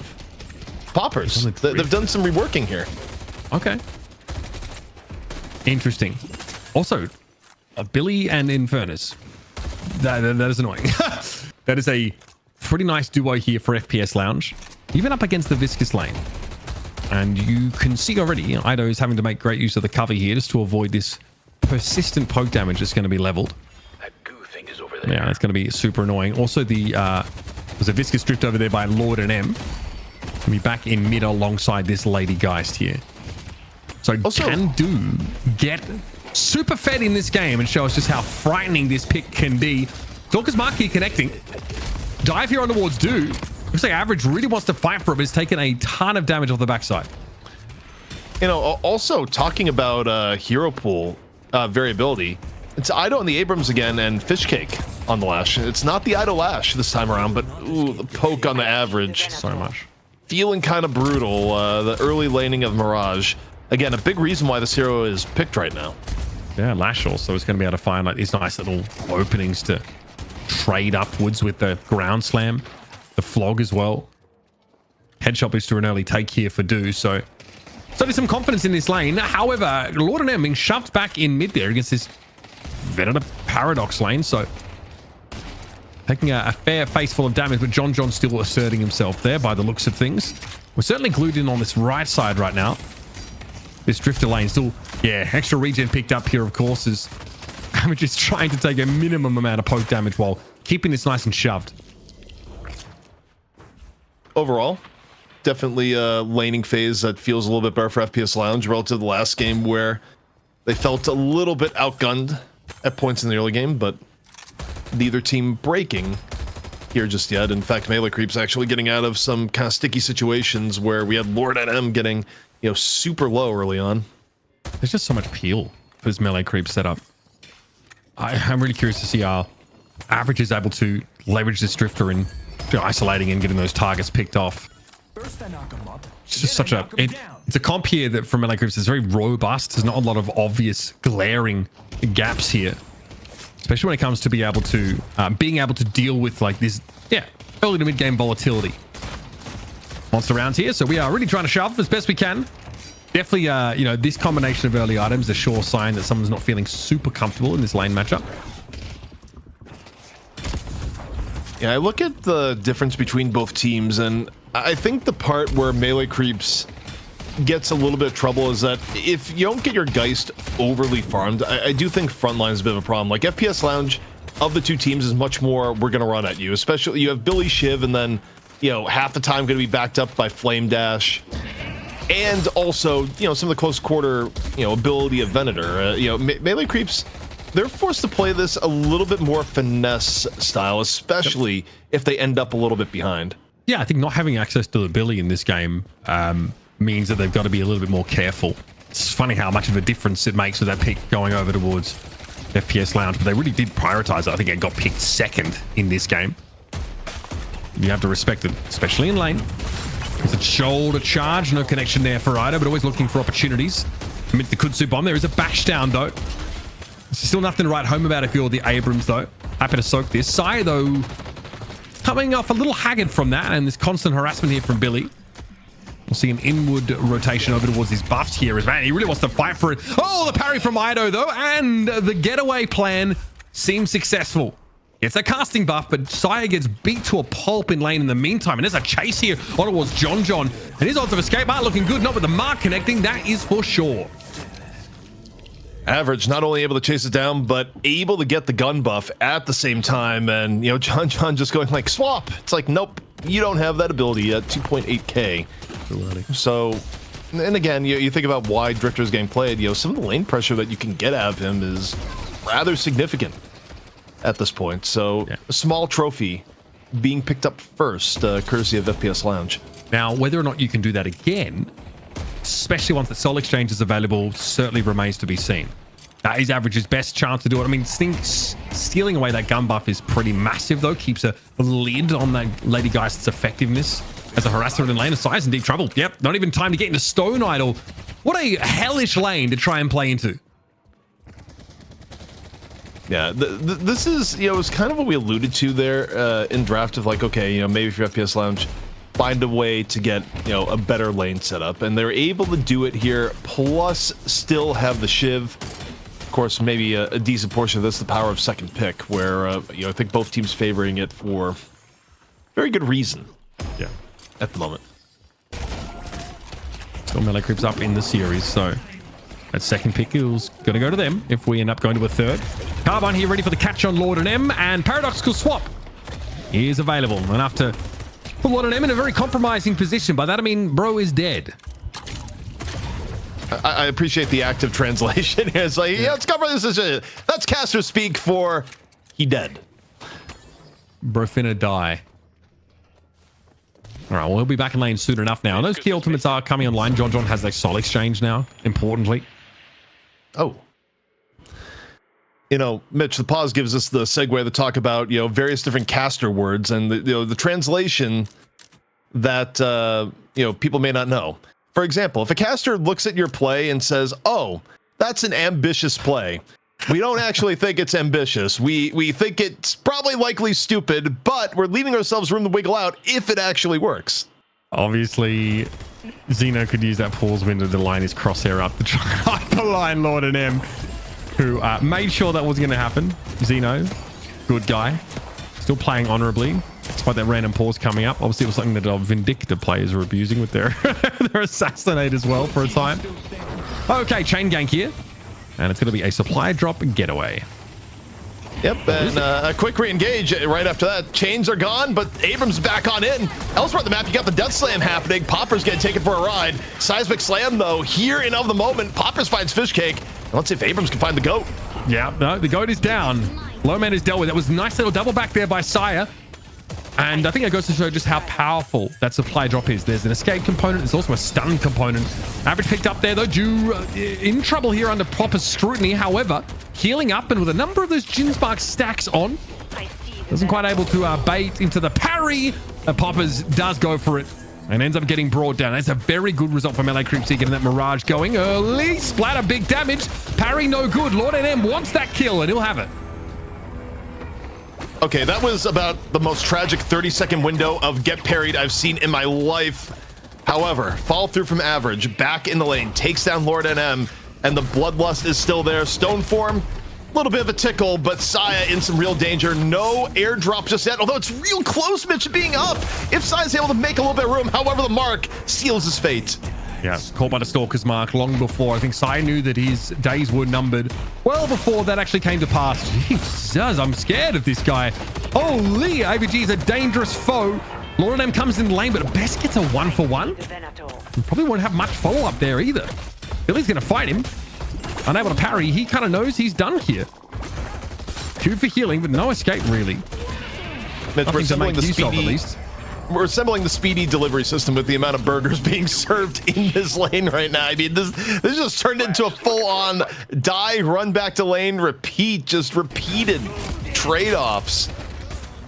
FPS Lounge a bit ahead as the smoke has settled, but elsewhere on the map, you got a mark on the dew into a Dust Devil. Drifter gonna take the teleport in hot pursuit once more, and Average continuing to be a threat.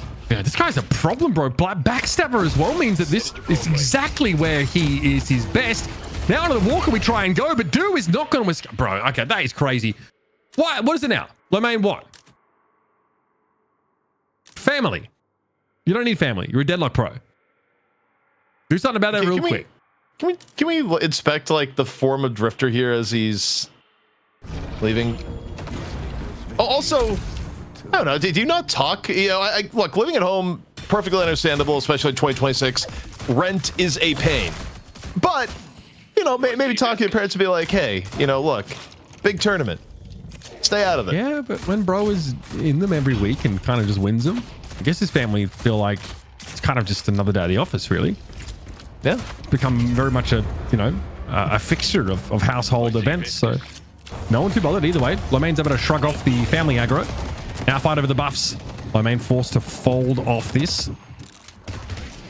Fishcake and Sire get them in the end. Lomain doesn't want to hang around. Unfortunately, will be chased down. Surely a little tech will get you out of this pit. And yeah, you'll be off to the races. One last shot of the revolver will bring the goat down yet again. trade-offs continuing. Ido though, able to get control of the urn. Lord NM dying elsewhere on the map. Let's push yellow. Guardians being pushed currently by melee creeps. But all eyes here on Ido and what could be a pretty quick dunk. Of course, seeing the new solo urn. It's not a pull all members of the team sort of event anymore, Mitch. Yeah, not quite. It's just hard to intervene with. Can't really stop the guy once he gets there. Yeah, just trying to deny some of those souls. Poppers gets a few. And there's a fortitude here for DMB, so going to be able to get out of combat region a little bit more easily. Where's the Drifter up to? Average there. Looks like he's been sort of sleuthed out briefly by Ido. Puddle punch attempt there. Chain gang cube in effect, but it'll expire. Here comes the goo ball now. Lord M definitely has ways of escaping here, but would have loved some purchase on that ledge. Here comes Ido to the rescue, though. Is that going to be enough, though? They're just ignoring the Abrams for the time being. Lord M has definitely been on the wrong side of the kill feed more often than not so far in this game. Death slam. Nice. No interruption. Flog. Let's take out the Shiv, though. Tough customer. And I think Poppers is in deep trouble. Average also goes down. John gets himself too. Actually, massive out John, and is that just going to turn to a Walker push right now? John not going for it because Rift is spawning and being taken as we speak. All right, well, this is the dead Ido. Whichever way you slice it. Yeah, Rift being worked on here by melee creeps, though. No contest. Which means that left side Walker, which has already taken a beating, is going to be on the menu next. Big push on that left side, ideally dragging FPS Lounge players over there. Lord of M got shot, stun, and will once again be put to the wood chipper. A surprisingly killable goo this game. If we could get like a death check at the moment here, yeah. Yeah. That's tough out there. Oh, it's Stalker's Mark. This is a kill. Surely you commit for this. Yep, there it is. Okay, I like the flog.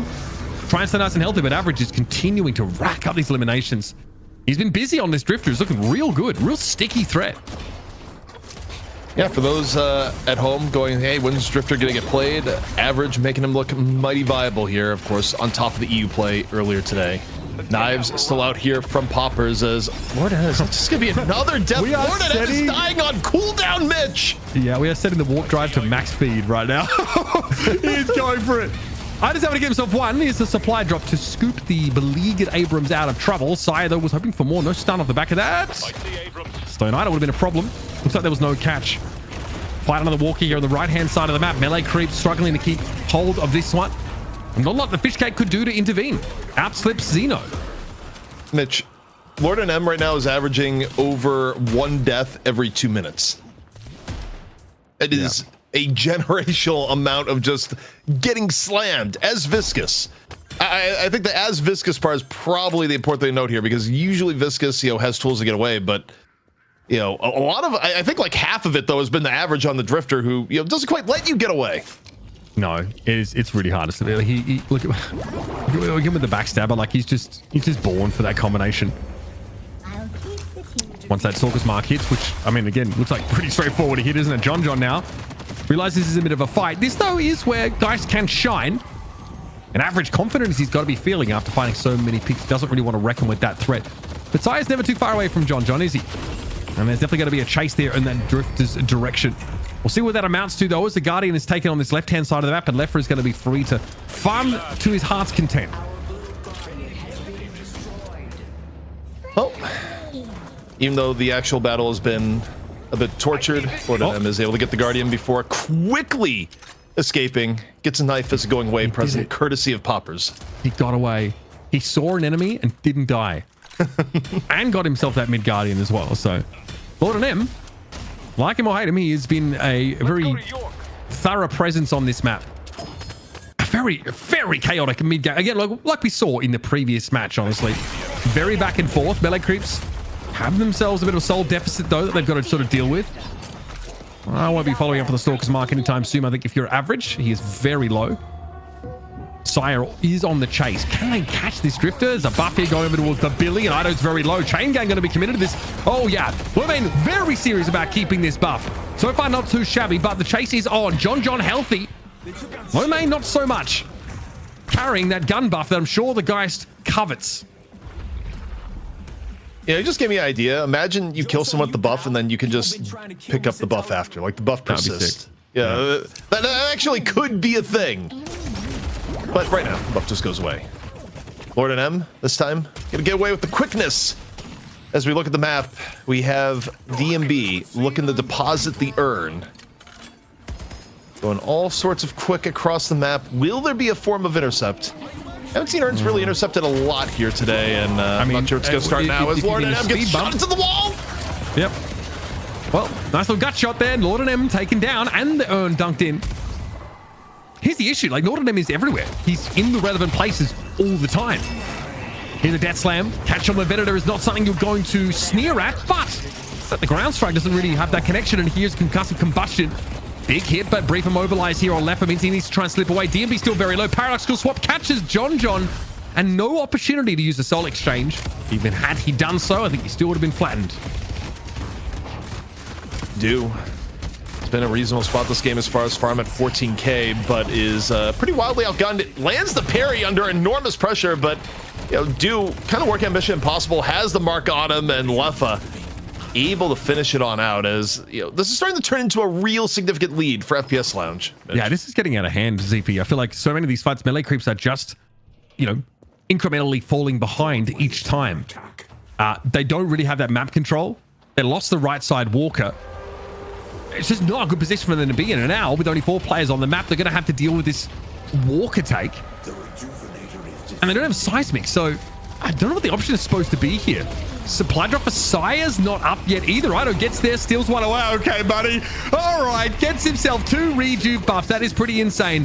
FPS Lounge are going to keep their 1 that they took away from this, though, as Lord and Ido had to be brought back into the fight. I don't know if there's really a realistic engagement, for melee creeps to take on the backside. They're going to lose those players. So it may feel unfair, given the fact that I think that was actually a pretty good rejuve contested that you were able to burn off too, like Lesser of the Two Evils. Can we get a death count counter as things go terrible for Fishcake in middle? Oh, it's not going to be good. Ooh. It's the 4s and 3s for me that also are of some degree of concern. Like, I'm not surprised that, average is getting brought down, but it's almost always after a kill. It's almost always at least a 1-for-1.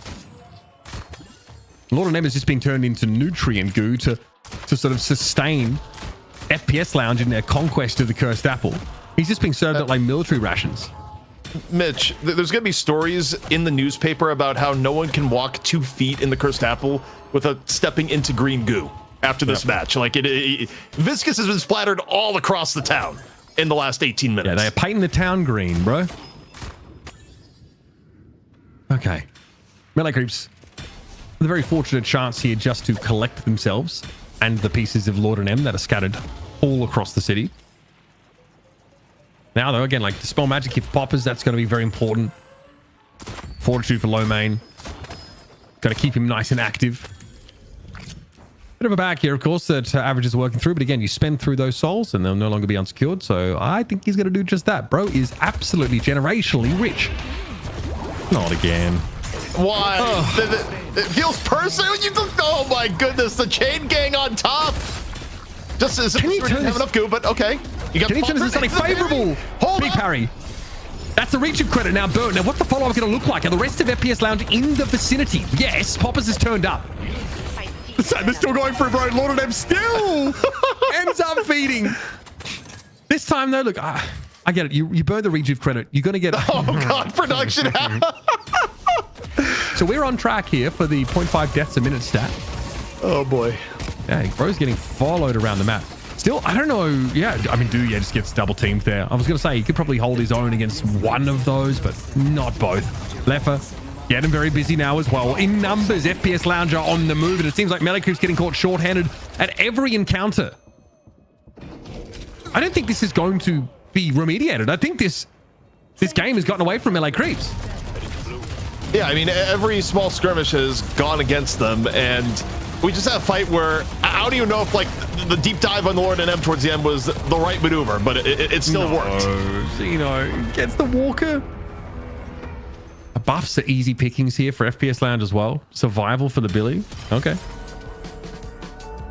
Own picked up by DMB as well in a lane that's essentially free for FPS Lounge. Lord of them though, see some hungry people. Got a real, he's got a real good Samaritan vibe about him, doesn't he? No one goes unfed here, the Cursed Apple.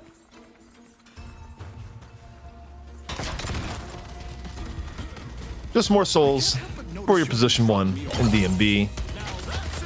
Where, I forget who said earlier on, it may have been Jason mentioning just the variety where, for your M1, you don't have to stay in lane the entire of the time. You get more ability to see the world. Yep. With the way you're incentivized to do so. Yeah, to take a quick trip across. Cash in those freaking flyer miles. Oh, something you know all too much about, CP. Here's another Walker here. Served up. FPS Lounge might not be able to protect it, but they might have a bit of a fight off the back of it here. Concussive Combustion, though, not available there for Leffa. Xeno does have a swap. It charges on. Drift and Noda skulking around the back line, and everybody beelining for him. FPS Lounge got to be careful here. Lido going to be picked off, though. Billy, very healthy, very ready to throw down, but the Geist is in his way. Not exactly a small hurdle to cross. Getting average down early wasn't the worst trade. I mean, they were not able to get the rest of it working in their favor, but I don't know. I feel like for Melee Creeps right now, I don't think it is the win condition it used to be, but to an extent, it is hold on, let John do both get farm and go there. I think you actually need more of your supporting cast. I don't think you could have your Abrams be at 15k and actually have this work. Where in terms of farm, by the way, like for as much as Lord and M has just been stomped into the ground, Ido's actually the poorest on Melee Creeps right now is Abrams. That's not good if you want your Abrams to actually be scary. What we highlighted as well, that like the durability was kind of the issue here for Melee Creeps. And the sole sort of true tank is unfortunately just not really getting enough economy to fulfill that role. So they are, like, by and large, very squishy. Vale Walker Viscous. Love to see that from Lord and M. Definitely wants to be proactive here. I mean, Vale Walker, not the worst in engages. E-shift may have been the choice this game. Like, not that it's the most common of buy on Viscous when you have self-cube. I just feel like the way this game has gone, get as much protection as you can humanly acquire, but yes. 30k lead for FPS Lounge right now. It is their game to lose here, Mitch, and for Melee Creeps, they're hoping for a mistake and they're hoping for the wild pop-off from John or Do. Neither are impossible to have happen here, but again, it does mean, I think, for Melee Creeps, their destiny is no longer entirely in their own hands. No, it certainly feels that way. Especially because they're the kind of team comp that wants to verge into their stat check territory, like have these unkillable elements. They lost Billy. Don't get to sort of fold him into this like double front line, which is something they used to draft for pretty aggressively a couple of weeks ago, right? By like just avoiding the silver, banning silver, and then getting Billy Abrams like in like a 1-2 turn. John is farming admirably. I mean, again, I don't really know what like the thresholds for this build of Mirage look like, where he needs to be, but obviously he's not nearly in a commanding position like he was in that previous game, and that definitely was a deciding factor in the outcome. Oh, yeah, get him! Shoot the Wolfman. Let him know. More of a vampire, but he's like a lycanthrope, right? No, he's pure vampire, but he's like he's so got ancient vampire that vibes. he's either, at some point, no one's entirely clear in history, but he stopped giving a shit about vampire society, and he's actually quite ancient and powerful. All right, it looks like the mystery machine dropped Shaggy off in an episode of True Blood. You know what I mean? Ruh-roh, Scoob. We got a fight going down here in mid-boss. Well, fight is doing some heavy lifting. Big Death Slam, to be fair. Ida's able to get a rejuve amidst that. We got a double Dust Devil thrown up. Look at our FPS Lounge. They're very compact, though, and they're still quite healthy. Can John have the sustained damage output to turn this fight around? Sire just folds like a limb noodle here. And looks like for the most part, we're in full-scale retreat. Yeah, trying to get up the stairs. That's awkward. Xeno's able to find, okay, 3 kills. And that was it. That was the one stumbling block that FPS Lounge might have encountered. They're barely only rejuve credit picked up by melee creeps. They keep 2 for themselves and earn turn in off the back. Now some mild lane curation, and they'll be starting to knock on those front doors soon. It's a full team wipe. You can do whatever you want with the map right now as FPS Lounge, and what they decide to do is a little bit of lane defense, a little bit of earn running, and we'll see if it turns into a full-blown push onto left. You still got 2 rejuve charges in tow, so it seems to be likely. The other thing that's likely, Mitch, is that our money match is the best out of 3. Melee Creeps won the first map. Doesn't look like they're going to be winning this one, so a map 3 very much in sight. Yeah, Deadass, our longest day ever, potentially, in the works. Rift here spawning in a very favorable spot for FPS Lounge, just to give them a little bit of that extra push. And also, average is due for a trip over to the shop, I'm sure.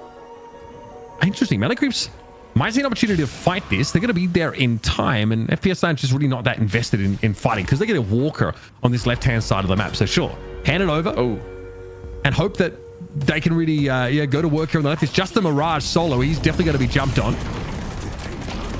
Chase onto... Okay, the Drifter's going to have a rejuve credit burned here. He doesn't quite get away. The Walker does go down the left-hand side. Average should fall a second time here. And of course, that doesn't mean an extra rejuve credit, as much as Melee Creeps would have liked that. And so they push on in. Walker, take it. Also, that's a lot of Men in Black to give up. However... Yeah, the comeback. Obviously, they're extracting a price for it, and the Shrine is one of the best prices you have. Also, okay. This kind of makes sense now as to why the Paradox Prio has gone up over Holiday. When you need to clear the objective, Time Bomb actually pretty effective at clearing the Rift troopers. Yep, all 12 of them. Just ticking down there in that fight. Okay, well, here's Melee Creeps fighting for their lives, fighting for the integrity of their base. Low main, back in his fight soon enough, but that's rejuve credits now gone. Xeno just gets Goomba stomped here. Lord and M, it's like an earn. It's like, oh, they're 3 minutes into the game. Lord and M's up, better go after him. Shout out to Doomspit in the chat for that one. Xeno going to be traded out though, so it ends up being 2 plays for FPS Lounge down. Now Melee Creeps have got to do some wonders with this window, and maybe another opportunity here to go for a pick. So all magic there used by Poppers. He's trying to slip on away. But God, the items that have just entered the inventory for FPS Lounge are terrifying. Spellslinger and Colossus. Your Melee Creeps right now 5-on-5, but need to find something of a pick-off. Anything to keep FPS Lounge off balance. Also, take a look at the replay here, and Is it just a time bomb killing a billion people? All right, there's the time bomb. The pulses are pretty good. Nice. Nice stuff there from Xeno. Cleaned up that fight in a big way. And yeah, walking over 2 rejuve credits was obviously pretty important. We have generally felt like CP though, that the game has been pretty well settled for the last, honestly, 10 minutes now. As Melee Creeps just haven't been able to find a meaningful way back in. They've at least taken the rejuves off the board though. And the map state has their waves pushed up enough that they've been able to do some farming too. I mean, also in terms of things that went better for them is that despite being down, they were able to get Rift Troopers on their side. They were able to, apply extra pressure off that, and for a brief period of time have a 5-on-4 opportunities. So, while FPS Lounge is in a commanding position, it is something that can be thrown if they're not careful. I mean, we've seen it time and again. Like, I shouldn't write it off here. Is that one fight into a big objective could change the game. Melee Creeps obviously know that mid-boss is a minute away. That would represent an opportunity to try and make this comp work. But I worry about ye olde stat check territory. Like even Xeno is at 38k right now. Like Ido is still lagging behind, and dude just hasn't really got that many souls allocated to him either. It's tough to fight here just with this overall balance of power. We saw Melee Creeps did in game number 1, and we're able to flip things, but this has been a much less swingy game in terms of that soul total. And I think FPS Lounge have had that early to mid game activity off the back of average. All right, well, right now we got Geist, as always, jet setting sort of person. Yep. Drops on Seems down. like a first class upgrade type broad, that's for sure. Yeah, I mean, well, I think actually we're private jet tier. Actually, she's first class. Like, what sort of plebeian stuff is that? Yeah, so I can't even, like, my horizons are so limited. Like I couldn't think past that. No, They're still fine as coach in the current year for everything esports related. that's true. There was a brief period of time where you were able to negotiate business class, and you got rewarded by. No, you negotiated, and then you got told you wouldn't be invited for the next year because they didn't want flight business. I did class. no travel that year. I got offered no travel events the one year I got business class in my contract. It's so funny. Actually fully owned. I put my hand up on that one. Anyway, here's the Death Slam. Left for coordinated by the looks of things. No concussor. There's no ultimates. No big ones on the side of FPS Lounge right now. They've lost DMB. Position 1 down. Is there more where that came from? A lot of them in the cube right now. John still healthy as he fights through this. And Melee Creeps in numbers have a big opportunity. Poppers is down. That is a 2-for-none trade so far. Is there an opportunity for an interjection from FPS Lounge? It doesn't seem to be the case. They get Lord M, but I mean, sorry, but that's kind of been a thing anyway. It's true with the passage of time. Like I mentioned, that trade happens. You're like, yep, that's fine. Just don't get on Do as Do lays in the damage. Lomain lucky to get away with his life, and now Do a little bit of dust deviling back. Average actually got to the backline, took down Saya. More action in play in off the swap. It's an Average just bite off more than he can chew. John is in for the follow through here, Mitch. Yeah, more than just a tasty morsel as the 38k Geist. Ido has gone down though. FPS Lounge is still without 3 plays. It's been an even fight. There's no soul exchange here for the Geist. And Lomain enters with a flourish. John makes a quick and hasty exit. That urn goes over to FPS Lounge. And that should tell you everything you need to know about just what this soul difference, how it's manifesting. Melee Creeps look like they had a real shot there. Honestly, they are in a 6 versus 4. And it ends up falling away from them. I mean, the thing that's a little bit scary for FPS Lounge, though, is that the relative difference between the two teams is narrowing.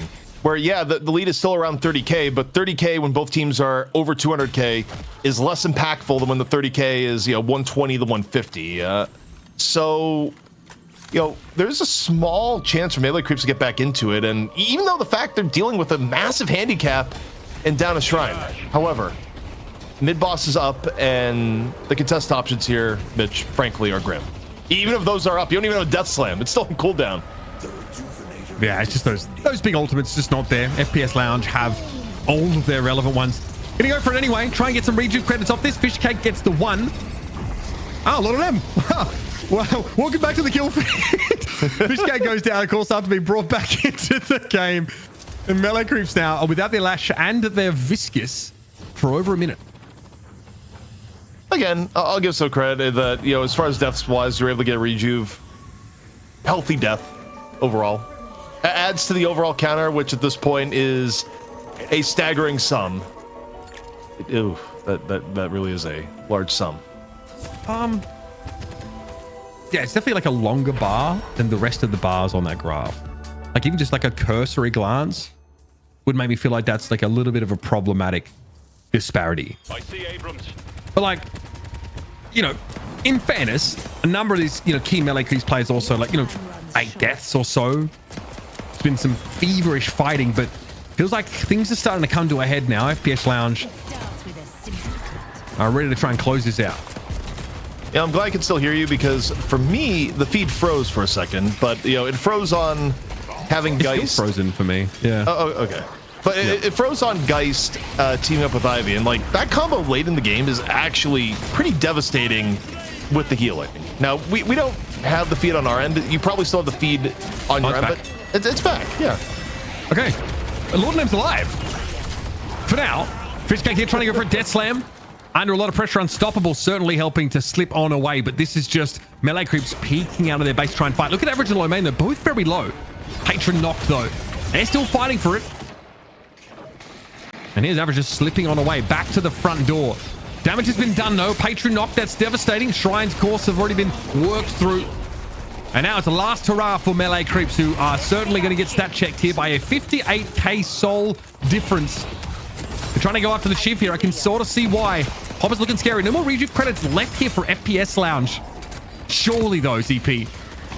Sure, they're too far behind at this point. And the patron was getting smacked about a bit as well, but Lord and M able to protect it for a time. I mean, they're rolling forward. You still have John with a swap. You have Dew falling up the damage, the left click damage between the two. Enough to make FPS Lounge think twice, which is why the game hasn't ended yet. There is kind of this growing hope, purely off of the synergy between Saya and those hitting M1. Also, Ido gonna grab the urn. One of the interesting things about the urn, the fact that you can't manually drop means you can't like have Ido grab and then, you know, feed off to the Geist or whoever. It's like, you know, whoever grabs it, you're locked in until the enemy interacts with you in some way. There is one niche way, and that is by, if you unstick yourself, you will drop it. But highly impractical. You're also not revealed when you're carrying it here as well, right? So, you know, more incentivized to slip through. And that's what Ido's trying to do. Cue the Benny Hill theme. Eternal Night active on John, Saya, and Ido respectively. Feels like it's been the least important part of Drifter's kit as far as this game has gone. And there is no way of stopping that urn. So, an infusion of souls here for melee creeps, who are certainly definitely trying to march to the beat of the Saya, John, Saya do drum here for their way out of the game. Also, I'm getting informed by an anonymous informant saying, as far as Lord and M goes, Lord and M had to flex pretty deeply outside of his normal hero pool for this one, meet the needs of the team. Apparently, Lord and M has not played Viscous in a serious sense for months, and that's Lord and M basically flexing to what the team is asking, not Lord M being like, yo, pick me the green blob I haven't played in forever. So yeah, there's some mitigating evidence, or rather mitigating arguments against some of the Lord NM slander. I just want to make it clear, like, out there for full disclosure. Yeah, I don't want to put Lord and M's like abilities as a player under scrutiny here, right? For a number of those mitigating reasons. Also, you got to understand, it's for the sake of, you know, comedy that we're making, maybe making a quip here or there, but make no mistake, plenty of respect for the guy. Has obviously demonstrated in night shifts many times what he's capable of. It's just, it's unfortunate. It's a little funny, but not because Lord and M is quote unquote bad. It's because he is being exploited. Yeah, and it's like, you could be a good player that's still put in a rough spot, and sometimes the other team wants to dive the goo ball the hardest. And yeah, you hear the goo ball squeal like 14 times a game. It's still funny. It's just, you know, as I say, it's not an indictment on the player. I'm a sucker for slapstick humor, right? And like there's like an immense amount of that in this particular game in general. So I just want to make that clear. I think people are going to make their own interpretations as well, but this is the thing that casters also do for the sake of entertainment, especially if there's something that is occurring with like some degree of regularity. And just disclaimer done. Let's see if we can have melee creeps crawl back into this game. Obviously, mid-boss is up, 37 minutes in, and so it will be vaporized awfully quick. Still, melee creeps are down for a bit of argy-bargy. They want the fight. Eternal Night looks like it did take hold to some degree. There's a fight on the stairwell here. I'm seeing Scourges popped. Here's the slam that comes on in. Can there be any intervention? Ido gets himself 2 rejuve credits and warp stones out. Talk about the Italian job. One of those going to be burnt though, as now the fish cake lash brought back into the fold, and really nowhere to go here. So got to be brought down in the end. FPS Lounge still come out. Oh no rejuve credits in fact. Okay, to get average back into the game, the last one has to be burnt there as well. Here's a swap though. Ido just blows up. Unfortunately, even at this 39k total just isn't relevant in terms of his survivability, his durability. Literally melee creeps being dragged out of the town square and given 50 lashes and have the game ended. They're getting the horns now, baby. Well, the stage has been set. Map 3 is where we're going to go here tonight. The longest night shift maybe in history. Certainly format-wise, the longest we can get. And the second stage patron, it's getting blown up. Map 3 now in the cards. Good fight. Well, if you thought we were having an early night and a 2-0 in the finals, you are sorely mistaken here. I have to say this though, gentlemen. John was doing some insane damage on that Geist towards the end. Having Kutsu connection provided by Saya for such a long time he was putting in some serious work. It's just unfortunately wasn't enough when he had so many people to combat against and so many people unfortunately on his team so far behind on about 20 deaths at the end of that game. But FPS Lounge, man, they played extremely well. Like, this is, again, like the very hyper aggressive kind of composition. It worked out very well from the beginning. Average was able to have a much better start than he previously had. Xeno was dominating, but at the end of the day, DNB and low main were the real like soul carriers for the team, able to play the front line and the big damage dealer for the roster here, ZP. Yeah, and I mean, you know, for FPS Lounge, I think back to the draft and the adaptations they made, they decided to pick second, and they got a draft where they not only got the Shiv, but they also got the Billy. Granted, them getting the Shiv was a function of Melee Creeps prioritizing Mirage, so Yeah. all in all, you can argue the first pick Mirage may have been a bit of a mistake relative to what we've been seeing winning games, especially in regards to Shiv, but I think you get both Shiv and Billy. The amount of control you get over the game right now is a bit ridiculous, and I think you can see why teams value second pick at the moment, because just from the jump, FPS Lounge I think was working with an edge, and then they didn't fumble the edge over the rest of the draft, and I think gave themselves a draft that gave them a good early game into good team fight, and also the ability to chase down Viscous approximately like 8 million times this game, give or take.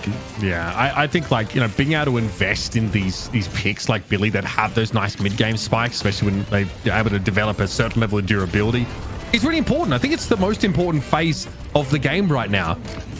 And Melee Creep's composition like has the potential to still shine through that phase, right? But like it needs a couple of things to go right. To me, this is the same plan from FPS Lounge as we saw in our first game, but with some of the pieces that really like allow like average skill expression and just game sense to shine. He's always looking for opportunities. Obviously, some really annoying Guardian dives there with that Hunter's Mark, just being able to be a stickier threat. Then obviously Calico, who roams so well and benefits from being involved in so many fights, but doesn't necessarily have like a point and click, I am snatching up your cookie jar type, like a bake into the kit. And we talked a little bit about like how like Eternal Night could limit the effectiveness of Melee Creeps like team fighting, but there just wasn't a ton of that, I think, when it really mattered in the end. Low main, man, especially in games that FPS Lounge are able to win, like the impact this guy is having is like so absurdly outsized, and maybe the prio into Mirage is a little bit overblown when you really compromise your ability to build a strong front line. Now, if there's a world where like Ido like gets ahead or is like stays in step in terms of souls, maybe we're not even having this conversation, right? There's a lot of like conditional things that occurred throughout the game, but the soul difference graph tells you everything you need to know. Like, we didn't have that same swinginess. Melee Creeps weren't able to actually take these value exchanges, like lose a player here, get a Guardian, get an Urn turn in for your war, or whatever. Like, they wouldn't just beat at every turn. And that flurry of fights that occur between 10 and 25 minutes, they just kept losing out.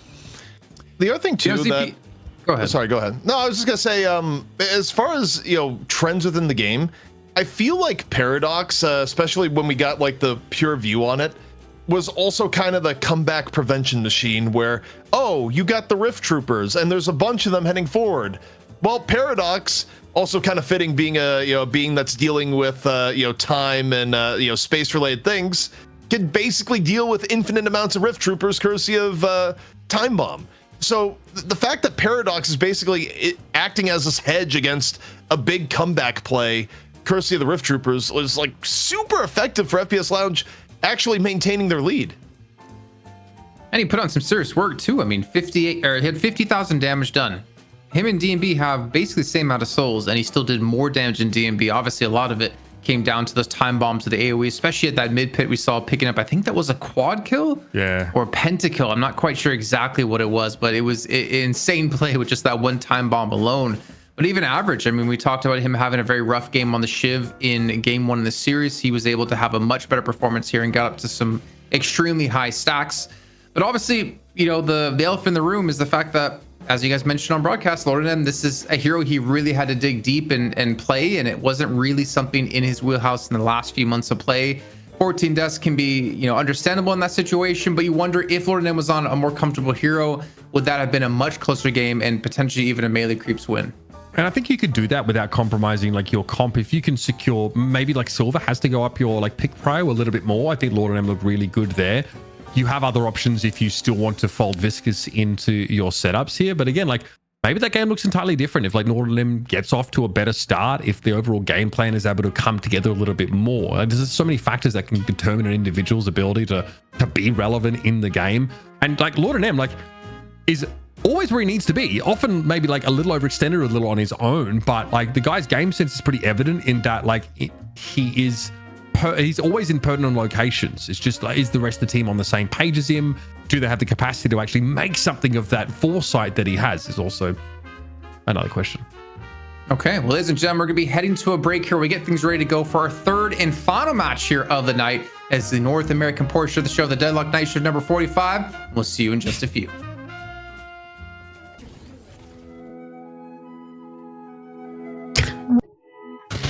Jason, we're still going.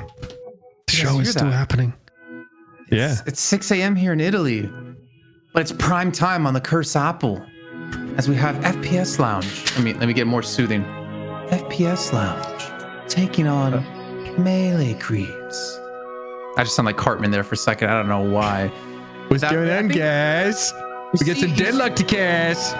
You see that first vine there on your screen, Uber. Urea all over that for you, just to make sure your wine is fantastic. In jokes on broadcast. Love that. For next year, where your favorite wine comes from. But we are back once again. Jason, cast the show, man. Go on. I think there's a lot more cursing in South Park. I don't know. I haven't seen the show in quite a while. Are you just doing this just to flex your biceps? No, they're kind of small. They're out of frame. I'm trying to keep them out of frame. I'm just but everything I'm relaxed now. I'm relaxed. You know, guys, I just want you guys to take a deep breath with me. And I want you to purge all of the negative energy surrounding that last game. Because at least Lord and M didn't pick Squirrel Girl in a $300,000 tournament. Wait, were you casting that? I don't even know. Yes, I had the pleasure of casting that. Yeah. You know what would help me purge all my negative energy, Uber? What's that? If we can get you back on a full screen, just hit us with a flex. That could probably help me out. I don't. I'm kind of small, bro. I'm kind of small, man. Yeah, but you've always had small biceps. Why would you flex that? That's crazy, bro. I mean, if you put Mitch and I together, we were the complete package because he could do legs really well and I could do upper body really. Okay, you got some head splitting on your biceps. All right. The only head splitting is happening in the Cursed Apple right now, boys. You know what I'm saying? Yeah, a little bit. Well, we are going to get into draft here in just a few moments. If you guys have missed out, it is currently 1-1 right now between these two teams. Last game not working out too well for Melee Creeps, but working out exceptionally well for the side of Low Main in particular. On the other side with D&B. And Melee Creeps maybe put something a little bit, or put Low Main on something a little bit better than Viscous if you want to have a chance here to win on the night shift. I think chat's going to be catching up here in a moment just to our morning wake-up call. But gentlemen, I mean, obviously, besides the elephant in the room of putting Lord on something he's going to be better on here, ZP, is there anything else you would have changed on the Melee Creep side as we head into the draft?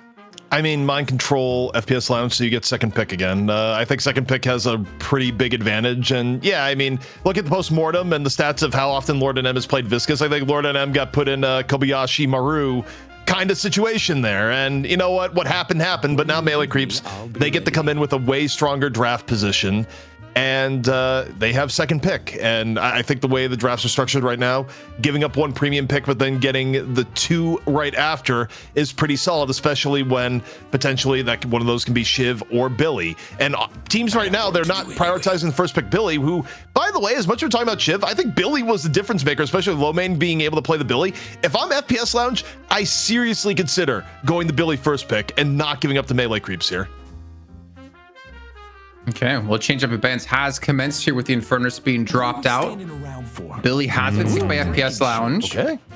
So Melee Creeps, this is your time. This is your opportunity to put your fate into your own hands. That is crazy. The pick prior for Billy is just taken on an essence of its own in this series. You're under my protection now. So the problem is, do they go Shiv Mirage? Because the thing about Melee Creeps in their hero pool is that Do is both the Shiv player and has been the Mirage player. They do have alternate ways, like they could put John the Mirage, even though it's been a while. Like, they have ways they could play both. If you go by picking by power and not by hero pool, you would pick both Shiv Mirage, and they do exactly that. But just bear in mind, Do is not playing both of these heroes, cannot play two at the same time. Okay, Not yet, anyways.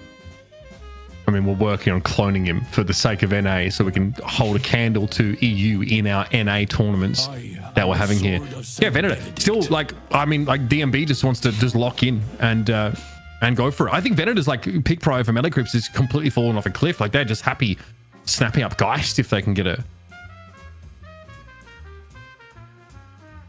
I do wonder, though, will the Geist be as impactful without the Ivy if we did sit in the side of Melee Creeps? Instead, FPS Lounge is going to be taking it for themselves, putting John.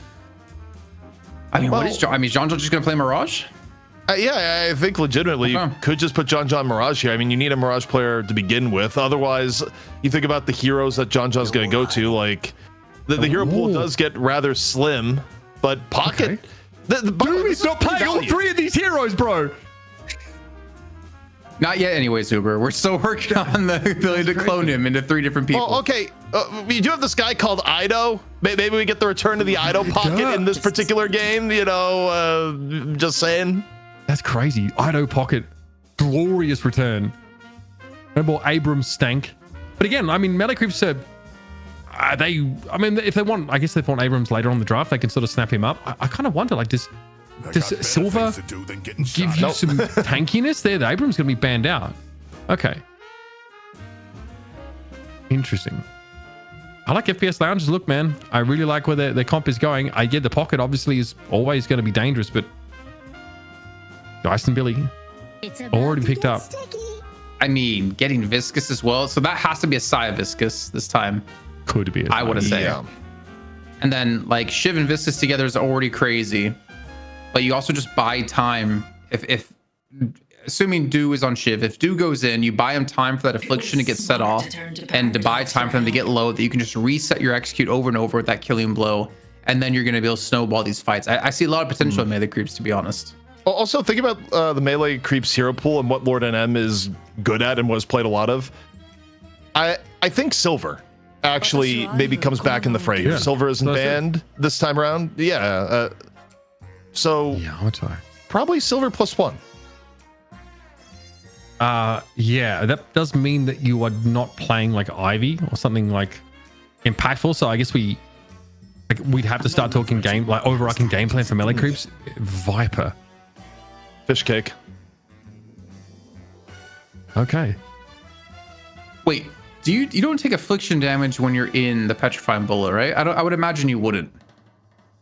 But that does set up a good affliction that you can't get around. But it does. Can you be afflicted though while you're in there? Okay, I mean here's that Silver getting picked up in the end. Also, this hero pool, I think just about absolutely confirms that it's gonna be John Mirage, like of the heroes that are picked here, because we haven't seen. Unless I miss, I don't think we've ever seen John the Viper, but we've seen Fish Cake on Viper a ton. It's kind of his secret pocket pick. But okay, Sinclair at the very end, where, by the way, not as much as a potential man nowadays. It's more been potential realized man, but that's been more in EU, not as much in NA. It's the pocket in the game. I think that like that really makes you feel like you have to have an affliction of your own here. This is pretty heads up. This is feel like a bit of a departure though for FPS Land. Like go the Yamato, the Sinclair here. So they got a comp that is like pretty hard to pick off. You know, Shadow Transformation, Soul Exchange. You've got like, do you have that same level of like roaming potential as you did to be so active in the mid game? Maybe. Yamato's certainly going to do it.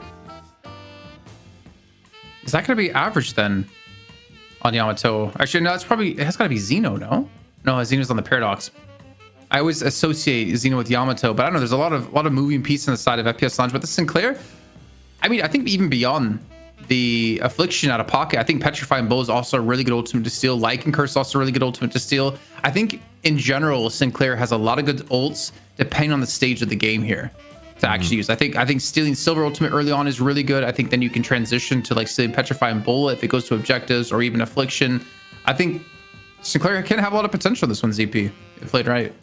Yeah, I mean, you even said the phrase. You said he has a lot of potential, which is true. I mean, there's a lot of ways that Sinclair, can turn a fight, but find the right opportunities. Sometimes easier said than done. All in all, though, I kind of look at the drafts here. I like the Melee Creeps draft more. I think giving up Pocket, Melee Creeps has generally been one of the teams that, like, when they do get to play Pocket, actually plays unreal with the hero. You got a lot of comfort picks. You got Fish Cake Viper. You got Lord NM. on silver. Arguably, like the only non-comfort pick that you got here was John on Mirage. But if you go far enough back, John used to be one and the same with Mirage. So I think Melee Creep's got a lot of things that they're generally good at. And for NA, that's usually a power multiplier. So personally, I like the Melee Creeps draft for that reason more than anything else. What about you, Uber? Honestly, like it's so hard to sort of know what to make of this. I think on the FPS lounge side, like you've got some really freaking annoying lanes. Sinclair nuking you, Yamato also like very dangerous there. Geist is going to be like relatively hard to kill. You've got a Billy lane there as well. I feel like you could disperse like a lot of these powerful laners basically to every lane potentially, and you know, like find a lot of success there. I don't know how the Viper fits in. I'm very curious to see how it's supposed to play out. But you've got multiple really great pockets on this Melee Creeps team, and they've also secured the Shiv, right? So I have no issue seeing John play the Mirage here. I'm curious. I assume he's going to go for like the current go-to build, right? Curious if he's been workshopping that, if there's his own spin that he would put on it. You mentioned a couple good pocket players of Melee Creeps. I believe production did tell us who's on pocket. Did you notice who it was? So production put the player who would be on pocket, because we're very interested. They put it in spoiler text, so I had to click on it to see it. And the pocket player will be your mum. Yeah, thanks, production. Yeah, I mean, so this is how you know it's been a long day for production, where production has hit the point where they're like, you know what? We could give extra info here, or this is a perfect time for your mom joke in 2026. Lotu is just the shittest Dutch person I know. Like, I just hate that guy, bro. You got trolling me, man. It's been a long day. 8 minutes, 8 hours, 24. People do you know, though? You know, what's the sample size here? 2. I don't know. Okay. Okay. I mean, the Dutch are out there, bro. They're in the walls. They're just waiting for a chance to announce themselves. You can hear with the clogs. Just click, clop. Hey, click on that. Son of a... Players start the game. This is already a brain-bending draft as it is, frankly. Certainly like a ton of curveballs here. I don't like that ZP was the only one that didn't get baited by that, because he got me earlier on when we were doing the EU games, and I had to chuckle and he heard it. But ZP's just wisely enough, I'm not going to bother. He knows Lotu too well. Also, there's like a certain amount of inattention that comes up when you've been up since 3 a.m. because sleeping schedules are that. So like of all days that had to go this long, you know, the key is though is like when you get this tired, you don't show tiredness. You just show like unreal delirium, where it's just like, what is going on? There's like you like tap into the extra tank of gas. That is where I'm at mentally right now, as I'm sitting here wondering which player is taking a dump for the 4th time in this draft. And I'm like this far from joining the rest of our viewers becoming a furry. Like it's like that. Like it's crazy. I don't know what's going on. Changes are occurring. CCP, this is why we want a Chipotle sponsorship, because if the players were eating Chipotle, they wouldn't have those issues. I think those issues would be magnified. No, that's Taco Bell. Oh, yeah, it's true. It depends what you get in your Chipotle. If you get the side vinaigrette, like like you get that vinegar in there, like you load spice sauce onto it, there could be some gastronomy occurring. A vinaigrette, one of the classic sauces that comes from Mexico. I forgot about that, Uber. We're going to head into the final game of the series now. The FPS Lounge taking on Melee Creeps. Take it away, boys. And I really hope I'm not wrong about that vinaigrette. I mean, it's good stuff. You gotta get the vinaigrette. It's not on the menu, but it's in little tubs down the front. Thank me later, folks. We're heading back into the Cursed Apple for our decider game, and we have certainly taken leave of our senses, folks. Alongside your mum on the pocket, Melee Creeps, of course, are going to have likely Lord and them back on the silver. The Viper is going to be in the game. Of course. And we have an audio pause. Frankly, if I was listening to the stream, I would think there were audio issues too, based on some of the things, the words and the order of the words that I've been hearing.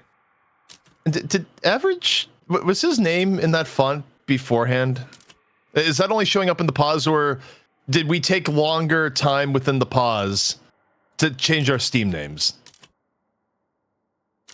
You know, I'm asking the questions that matter right now. To me. Okay, Lord and M, also damage control. Don't worry, we got you. No Viscous since 2014. We got you. So yeah, John, like you said, on that Mirage fish cake, you were exactly right. Obviously, got to show us some of what that Viper's capable of. And average AVG going to be on this Yamato. All right. So, get to see Average off on the Amato. And it is, in fact, going to be the John return onto the Mirage, as expected. But again, the thing I like about this draft for melee creeps is that comfort heroes across the board. I mean, the least comfort hero is Saya on the Viscous, but Saya has a great Viscous, so they're completely fine. Usually a good omen in NA. Not that FPS Lounge is necessarily off heroes. They are good at either, and they still have the Paradox for the Rift Trooper clears. So, you know, the stage is set, Mitch, for what could be a fantastic final game, as loopy as we may be, with it being about to be an over 9-hour broadcast. Yep. No, I'm locked in for some good ass Deadlock though. Make no mistake. We're here on the left side, of course, is the Shiv pocket lane. Left already attracting some attention. Catching a knife for his troubles there as well. The guy's still already suffering a little bit here from this poke. And okay, so already Lomain's still pretty far up the lane in fairness. She wants to fight a little bit. There's a bash down there. Barrage. Tough to get a good angle there on the Billy. So certainly a moment that benefits Lomain. Is able to get back to safety. And Leffer plinking away with the 6-shooter to try and deter melee creeps.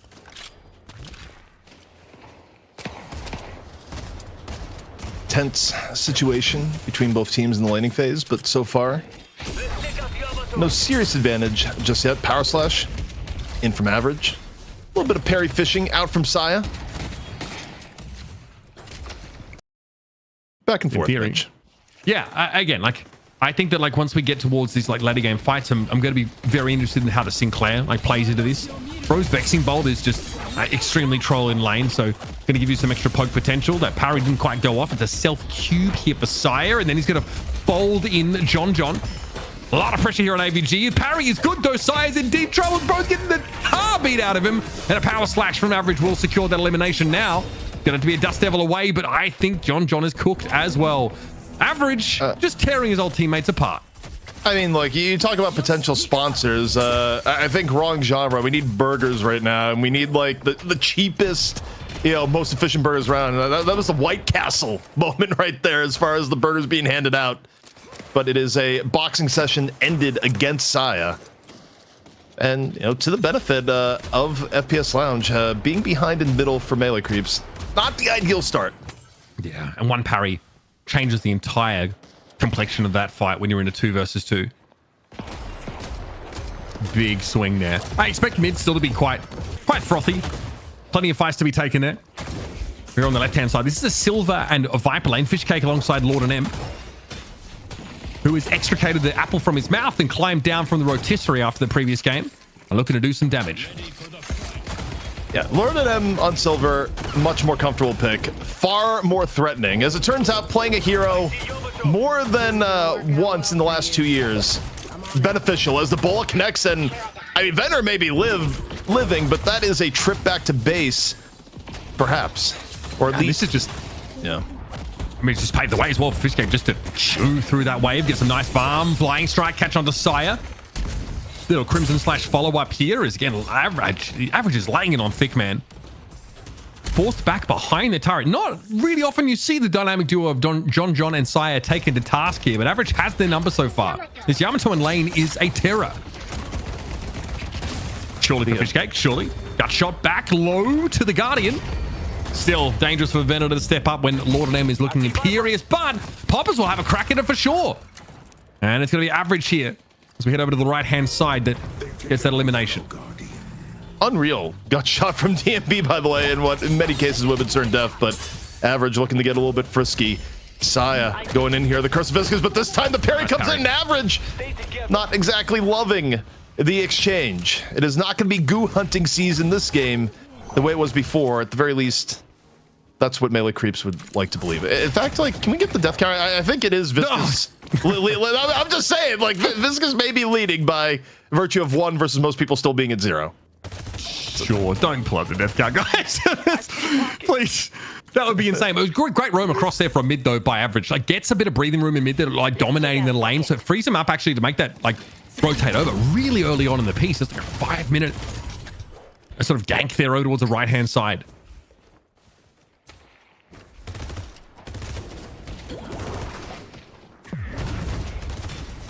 time wall here. Yep, just take a look at middle. And I mean, I think what Xeno has been doing in Paradox's game cannot be under talked about or rather within the series. Just because, again, I think not only is Paradox still pretty good, you know, she got overshadowed by Holiday for a bit, but I think the reason why you're seeing the prio on Paradox here rather than Holiday is just Holiday doesn't clear Rift Troopers the way a Paradox does. So, you know, Xeno really does give a little bit on the Paradox, gives stability to FPS Lounge should they get ahead. And honestly, like, yeah, did a great job maintaining like that strict relevance through so much of the game in that previous one. Dust Devil here, a couple of those Jin's marks being applied. But John trying to be able to stave off here. This Paradox who now is partnered up with this Yamato, very threatening in the lane. Look at how busy FPS Lounge. Look at these rotations across though. DMB might have been caught here. Still a thin line at walk for Lord and M. Like the parry. Vexing Bolt though almost does the silver in. Fishcake, give me 10 seconds to reload and I'll be right with you. Forces the Sinclair on out. That's a Guardian down the right-hand side. So that's definitely been falling apart a little bit. On the left as well. So Guardian takes rather, favoring melee creeps early on in this game. Lord and M's got to duck back to base for a bit of help here, but Ido is on the chase and he's on his pocket. He's in his element right now and sees a chance to take this Billy to task.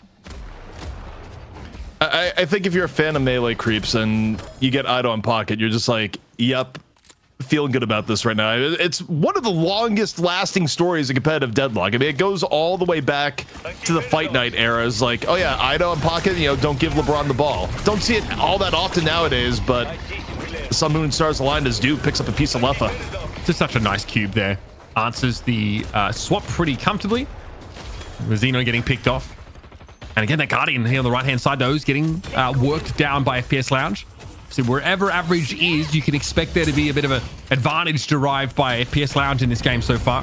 So getting their first Guardian of the game. A lot of drifting back and forth here for FPS Lounge.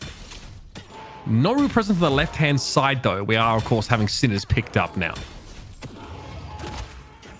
Still very close between both teams. The one thing that's been very contested, especially as Lord NM, this could be getting the better of Sinclair here. Goes on in, lands the parry, one more shot. The Wolf comes out. That's enough, and looking for seconds. Chain gang here for low main, trying to expose him to more of this Guardian pressure, I'm sure, but there's help on the way. Cube comes in here for Sire. Still a dive. Yep, you can absolutely get in under this Guardian. Now the pick up here for Lord and M. Shadow transformation now for average. I think Lord and M's probably had enough, but the flying strike is going to make it hard to avoid this very angry Yamato. 40 health and a dream. Silver is out of there. Enough cover being bought by the rest of the team. Saya saying, yep, you're not actually going to get to dive in on the silver. Lord NM gets to fight another day. Death is not added on to the counter. And last few engagements. Feeling pretty good for melee creeps, although maybe not so much for Ido right now. Low HP in the pocket. Is there an escape? If any hero can, it's usually pocket as you get the covering fire here from Do. Yeah, Do obviously may not fully commit to this fight because the soul exchange came out, but Leffer is bleeding out pretty heftily. 3 knives stuck with. Potentially more where that came from, but no, they finally expire. Parry there, drawn out. Leffer now struggling. However, help is always on the way. Here's average, but Leffer falls still. Power Slash is hitting hard, but it's Shiv we're talking about here, and Do is in pretty good shape. And had an execute, would it be required? But it's Lord and M again. Another one.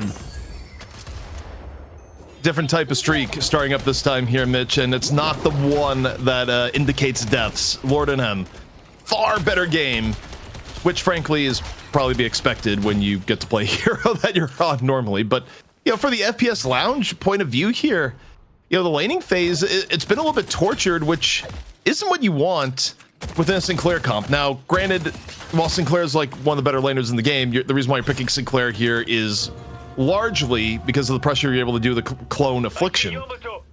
Even still, it's tough, and average gonna end up falling where, you know, of all heroes that you need to have a decent early game, Yamato is pretty high up on the list if you wanted to be threatening with her dives. Yeah, we have seen average fall behind early in some games. This is on Shiv, granted, and still fight back into a position of relevance. Doesn't really matter what phase of the game, you're still going to be worried about what Yamato can do, but 6.2k souls is not exactly the most compelling total to have found here. Sai is able to push down this mid-side Guardian. No Guardians left here at all. Man, that creep still have 2 of theirs. I might get cut down to 1. There's a big concentration of players on this left-hand side of the map here. That's an earned dunk on the other side. Dangerous here for Ido. No cooldowns available there, so it's an easy enough pickup for low main. And Lord and M, pretty deep here with his Lycan Curse active, might not be allowed to get away. There's an opportunity here for FPS Lounge to do more than just get the Guardian, but find 2 kills off the back of it. Xeno, that might be on the menu first here. Basically ignoring the Geist and getting a cube. Very timely arrival here by Saya. I mean, the Lord M can keep fighting, and boy, he's doing more than that. He is dominating. Did Lord and M have a hidden rage meter built up? This is unreal performance. Full team effort as Low Main's getting chased on down. Low Main not able to get away. Jin's mark, I think, finishes off. Average looking for some scraps. Maybe able to put down the wolf. Shout transmission has popped in on the Zon gets parried. Lord and M is going wild. He's another parry. Unreal. That is ridiculous. And Xeno might not be able to find this kill either. He's desperate for it. The global taunt the Lord and M is putting down is tempting every FPS Lounge player in, and he is absolutely dumpstering them. I mean, if you want to talk about a meteoric difference between 2 matches, I don't think you'll see a bigger example than this. Lord and M, super comfortable right now, but just mechanically, things that aren't even related specifically to Silver's kit, looking like a god out there. That may have been the best parry sequence we have seen in a very long time, if not ever. I mean, the final parry just put it over the top, Mitch. That was unreal. Just what a showing from Lord and M. You know, the whiplash from last game Viscous to this game Silver is frankly unbelievable. Yeah, I need a neck brace, CP. We have an 11k soul differential at 12 minutes into the game. Now, can John realistically fight for this rift? Maybe no. There's sort of 3 heroes that are converging rapidly on his location. He doesn't have Traveler to slip away. They're going to have to give that one up, but there might be a Walker taking response. I think you absolutely take this trade every single day of the week. Sure, and I put pressure on this Chex Node's Guardian, which has now fallen. Oh, but that Walker's going to get chewed up here. It's a big push for FPS Lounge down mid to try and reciprocate here, but melee creeps are going to be able to defend that Walker at the very least. This is certainly an up trade for them. Yeah, I think melee creeps, you're pretty happy with the overall situation. Like, yeah, FPS Lounge, they get a little bit of push on the left, but these Rift Troopers, as many as they are, and you see John. Okay, John actually struggling a little bit more. John might need a little bit of help. The Rift Troopers are bringing some pain here, but I think it'll be okay. Not known for, sheer wave clear prowess, really, is the Mirage. Not until more points maybe in the Dust Devil, but hey, the Walker's still half health. That's good enough. Melee creeps here posturing around this middle part of the map. Maybe like a longer plan to set up for buffs here. But I think if they're in this position, they know they've got a power play. They've got a 10k soul lead in general. John's up to 12. Dude's at 13k. I mean, he can already start to have an outsized impact on the game. Legend was me. Thanks for the 5 gifted, by the way. I'm going to dedicate those to Lord and M because the stream's just catching up with the filth he just displayed. Yeah, I mean, that was ridiculous. Even by good play standards, like, I'm still sitting here like a little bit sunlocked, but we got the rest of the game to cast. FPS Lounge, they're not out of it yet. But melee creeps building up a solid lead from all of those early plays, and that's which came after.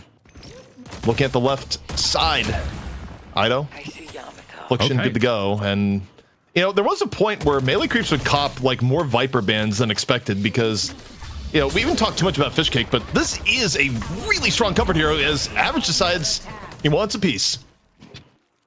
Good luck catching that movement, though. Yeah, he's going to slip right on out of there. That is a nice look. Iridomini here, active at DMBs, farmed up 16k for the Venator. Can they go after, realistically, John here? Bro is out of there. Long gone. Now, though, it's about defending the Walker on this right-hand side of the map. Surely we don't snipe across the map with the Iridomini. Okay, Walker down. Average gives up his life for it.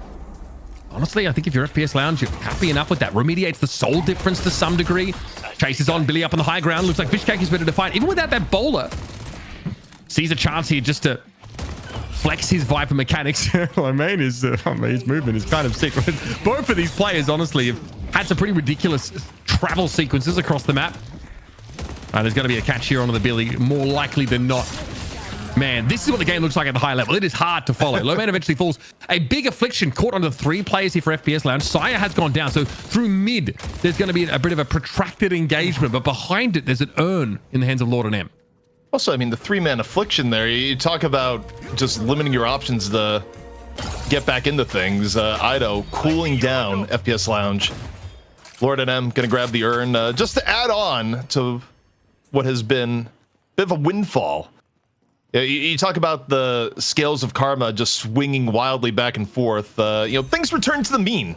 Mitch, and arguably went the other direction.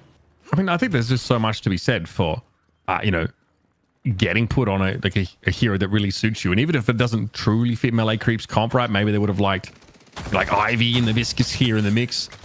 I mean, one of their, troughs was that sort of mid game previously. And obviously, Silver's just generally like good in lane, like kind of good everywhere. And Lord of them has a nice little lead here. He's picked up a ton of souls early on. He's farming like a nice little ambush. Oh, take a look at this. Going over and in. Gotta get the support here from Fishcake. And Average just gets ripped apart from the back even before the wolf comes out. And now, are they going to be able to complete the chase down? Average, moves-wise, creates a little bit of distance, but no, it's not enough. Fishcake able to finish off the rest, and no bola even required. Really nice setup there. Wave is actually about to be in a position where you get some walker damage if you want it, but there's pressure in mid that Melee Creep still have to respond to. Saya cubed himself, so obviously there was a push up there from FPS Lounge. But with Average out of the game, who, by the way, is just not getting the farm. We mentioned how Average has bounced back from slower starts here, but if this whole discrepancy stays where it is for the Yamato, it's going to be a pretty sad outing for Average. I mean, who do you dive as Average right now? Like, sad outing is correct because there's not a great way back into this game. You need other people to create opportunities for you because, okay, let's go down the list. Yamato dives Silver, death. Yamato dives 17k Shiv, death. Yamato dives 17k Mirage, thrown into Tornado, probably death. Dive Saya, nothing happens, gets splattered, on the way to death. You're not catching Pocket, really, at 17k. And Viper, I mean, Viper just looks at you and you die. Like, Average has no agency in this game at a 12k soul count. And that's why Yamato, like, needs farm early on, but another fight approaches here, Mitch. And Rabbit Hex here to slow the chase down. Low main still gets caught out. This is a marvelous turnaround for Melee Creeps. John getting plenty of involvement here. Iridomini active, though. Lord M, despite the name, doesn't really want to be pierced by these silver bolts. And there might be a chance for a proper catch here. Here's a shadow transformation, but Lord M also has a Lycan curse. If you want to send a fight this, not the best idea. Still ends up being a trade, though, in the end. And, okay. Well, Fishcake went for mid-boss in the meantime. That makes perfect sense, I guess. Xeno with Veil Walker up. What's there to look for? Left side Walker. That's exactly where Average is posted up. Low as he is, does now see the Mirage emerge after John travels over there. Yeah, so I mean, you finally get the pick off on Lord NM with a little bit of support, but you end up still getting traded out, and Melee Creeps is able to get the Rejuvenator. Like, the value proposition isn't there, but also those ones like, how did mid-boss die so fast? Yeah, it's Viper. It is just Viper things. Viper clears mid-boss, some of the quickest in the game, up there now with, where Calico is on some of the melee resist shenanigans, so one of the powers of this comp, and again, why there was a period of time where Melee Creeps didn't even get to play Viper all that much. Look at Melee Creeps. Look at where their position is. Straight line drawn in front of these two these left side and mid walkers, respectively. Akushan picked up at least 4 Xeno. Gonna have a rift that I meant it would be contested. There's actually a fight brewing behind this, so it might end up being left in the end to the Venator. DMB is sort of weighing up being involved in that engagement or not, because there's another walker that just gets worked down. Viper's objective damage, certainly a thing to marvel. Cloak already on out there, so Ido was never really in any true danger of being caught. Okay, Walker traded for Rift, and there's more objectives on the table here. And it's got to be an answer. Looks like Average is drifting across, but a base Guardian is going to fall before he can do anything, and honestly, he might have to let the second go as well. Well, Bola copied from the Sinclair. And he gets an urn behind this, but look at the fighting out in front. Nice little petrifying Bola. Catches onto 2 by the looks of things. We're going to have them follow away, but Base Guardian's got clapped there. Xeno trying to make sure there's a catch opportunity here on John after he comes back after that rejuve was popped. And Melee Creeps here. Not losing too much more here, but still having 1 credit to their name is probably fine. Doo's going to try and get in the way here. Big damage on the Yamato. Make that a trade, and I think you're happy enough, especially with rejuves. meaning you only fully lost one player there. Average desperately trying to pull out every move and trick in the book to make some distance and get away, and is going to be able to do it with the flying strike. Elsewhere, Lord NM bites off a little bit more than... Wait. Oh my God, AVG. Average was out. It looked like Average was out. How in the world did Average go back in lane hoping for healing creep? I don't know. Just ran in the dew. Throw him back in the spawn. Yeah, unclear just how deep dew was in that situation. All right, so souls-wise, pretty significant lead. It's also what I'm looking at is like the fact that Affliction is now available. Travel is up as well. So for that next fight, I'm sure Melee Creep's hoping to fight for it. Region's about to time out, right? It's much shorter now. And it's hard to say really that Melee Creeps would able to make great use of it. But as it stands, it's 2 walkers up to 1. That's probably the biggest disparity I'd be looking at here. It's what Melee Creeps are going to try and hang their hat on. And in terms of like a neutral objective to really fight over right now, not a ton. Might just be looking for some isolated skirmishes here as FPS Lounge are picking their side of the jungle clean. Yeah, I mean, again, I think the biggest problem that FPS Lounge has right now, yeah, you're behind overall, but the economy allocation is still in kind of a miserable spot. Like, your Paradox is arguably over-farmed to where you want to be. Your Yamato is under-farmed. You know, Billy, ideally, you'd want to have a little bit more. And, you know, Melee Creeps is kind of, in a way, the opposite. Like, you have a super farm Vibrant. Wait, this may be the long-range knife here. Okay, so... Yeah, this was the just start of ticking the down? chase. Wait, was he ticking down this entire time? Yeah, or was must there a have been. final knife? Wait. Nah, no way! That's insane. Damn, okay, what a pick off. DMB's down, not great. Looks like Affliction did him in. No, it wasn't even that. Actually, it was the bowler, rather, from Fishcake. Yeah, just how scary is this Viper right now? There's your answer, 31k. Fishcake is getting pretty big with the gun buff. It is kind of where it's at. Also, Fishcake's movement has gotten so much better over time. Like, to a point that it's ridiculous. It just, you know, Fishcake oftentimes on heroes that are a little bit less mobile. It's like Viper's a time to be free, do wild things, as a little bit trade outs here from Dew. Gets the business end of a time bomb and instead goes into the cube. Yep, timely cube from Sire, always on hand to save. Oh, wow, there's an E-shift here for Dew already. Yeah, it's going to be very, very tough to bring down, especially when you have the cube or any other sort of peel mechanic available to you. E-shift also now for Ido.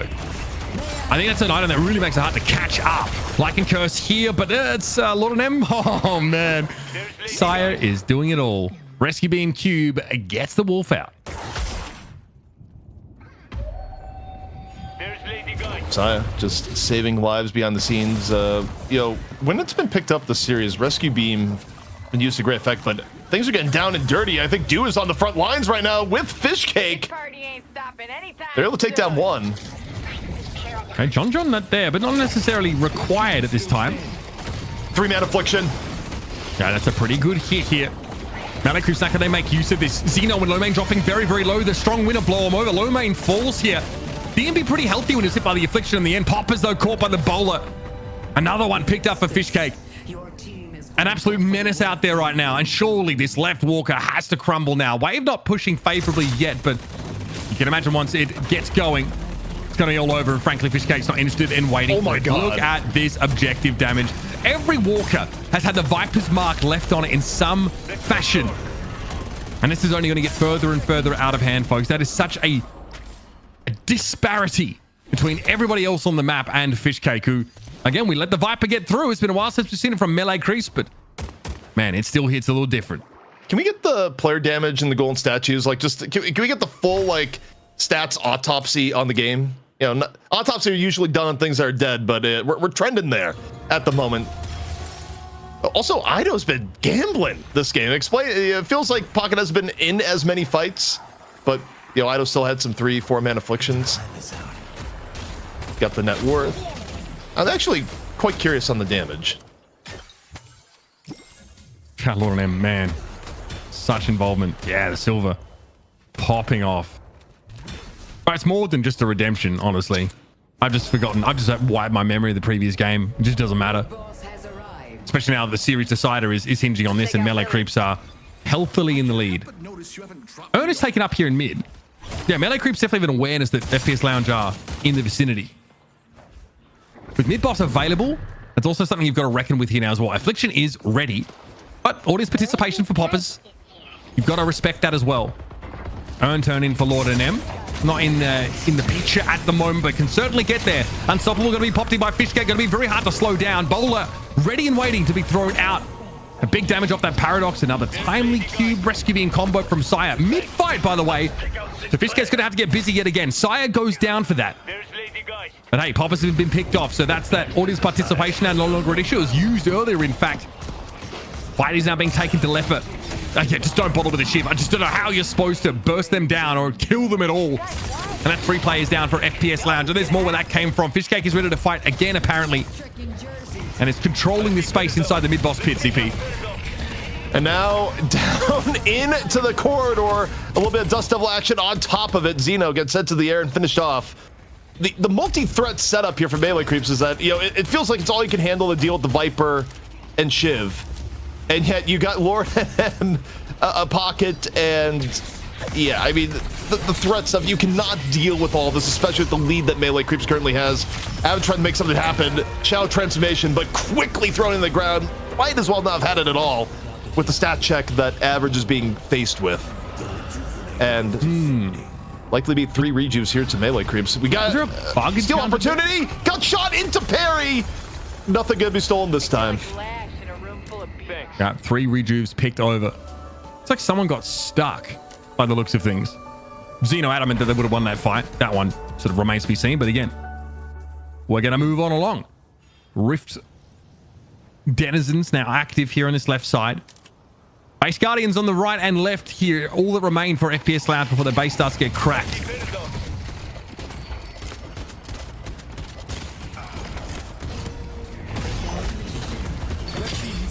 Things are starting to snowball out of control. Chain Gang being met by Petrifying Bola. It's still high HP. Silver way to go. 3-man swap, though, in from Xeno. Into a cube on Fishcake. Eats a bit of damage, but the shrines are under assault. 3 rejuve crystals still available for Melee Creeps. And what's feeling like the beginning of the end underway here, Mitch, which would be a new champion here in North America as Fishcake continues to pile on. Yeah, these shrines are along for this world here. Average again enters with a flourish and is going to exit even more rapidly and rather sheepishly, if I'm honest. Lord and M, what a game from him, honestly. So crucial. Early to mid game, all over it. Some mechanical mastery, frankly, displayed. Incredible parry sequence, one after another. Setting up a bit of a snowball, I think, that very quickly got out of control.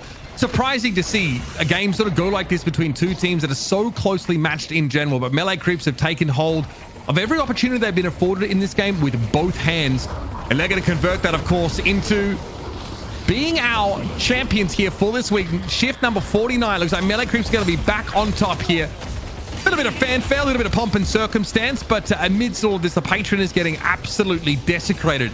And Melee Creeps are back on top in the most, and I mean the most bizarre way possible. I think bizarre is a perfect way to explain it, Uber. As we did see a crazy ups and downs across the entire series. We saw some not so great play out of some individuals, and we saw some amazing plays just in the following match out of those individuals as well. Looking at Lord and M in particular on that silver, just had a run in that game, which I think really gave them such amount of momentum and energy within the team that they were able to carry that through and build a bigger and better lead to eventually take the series here, ZP.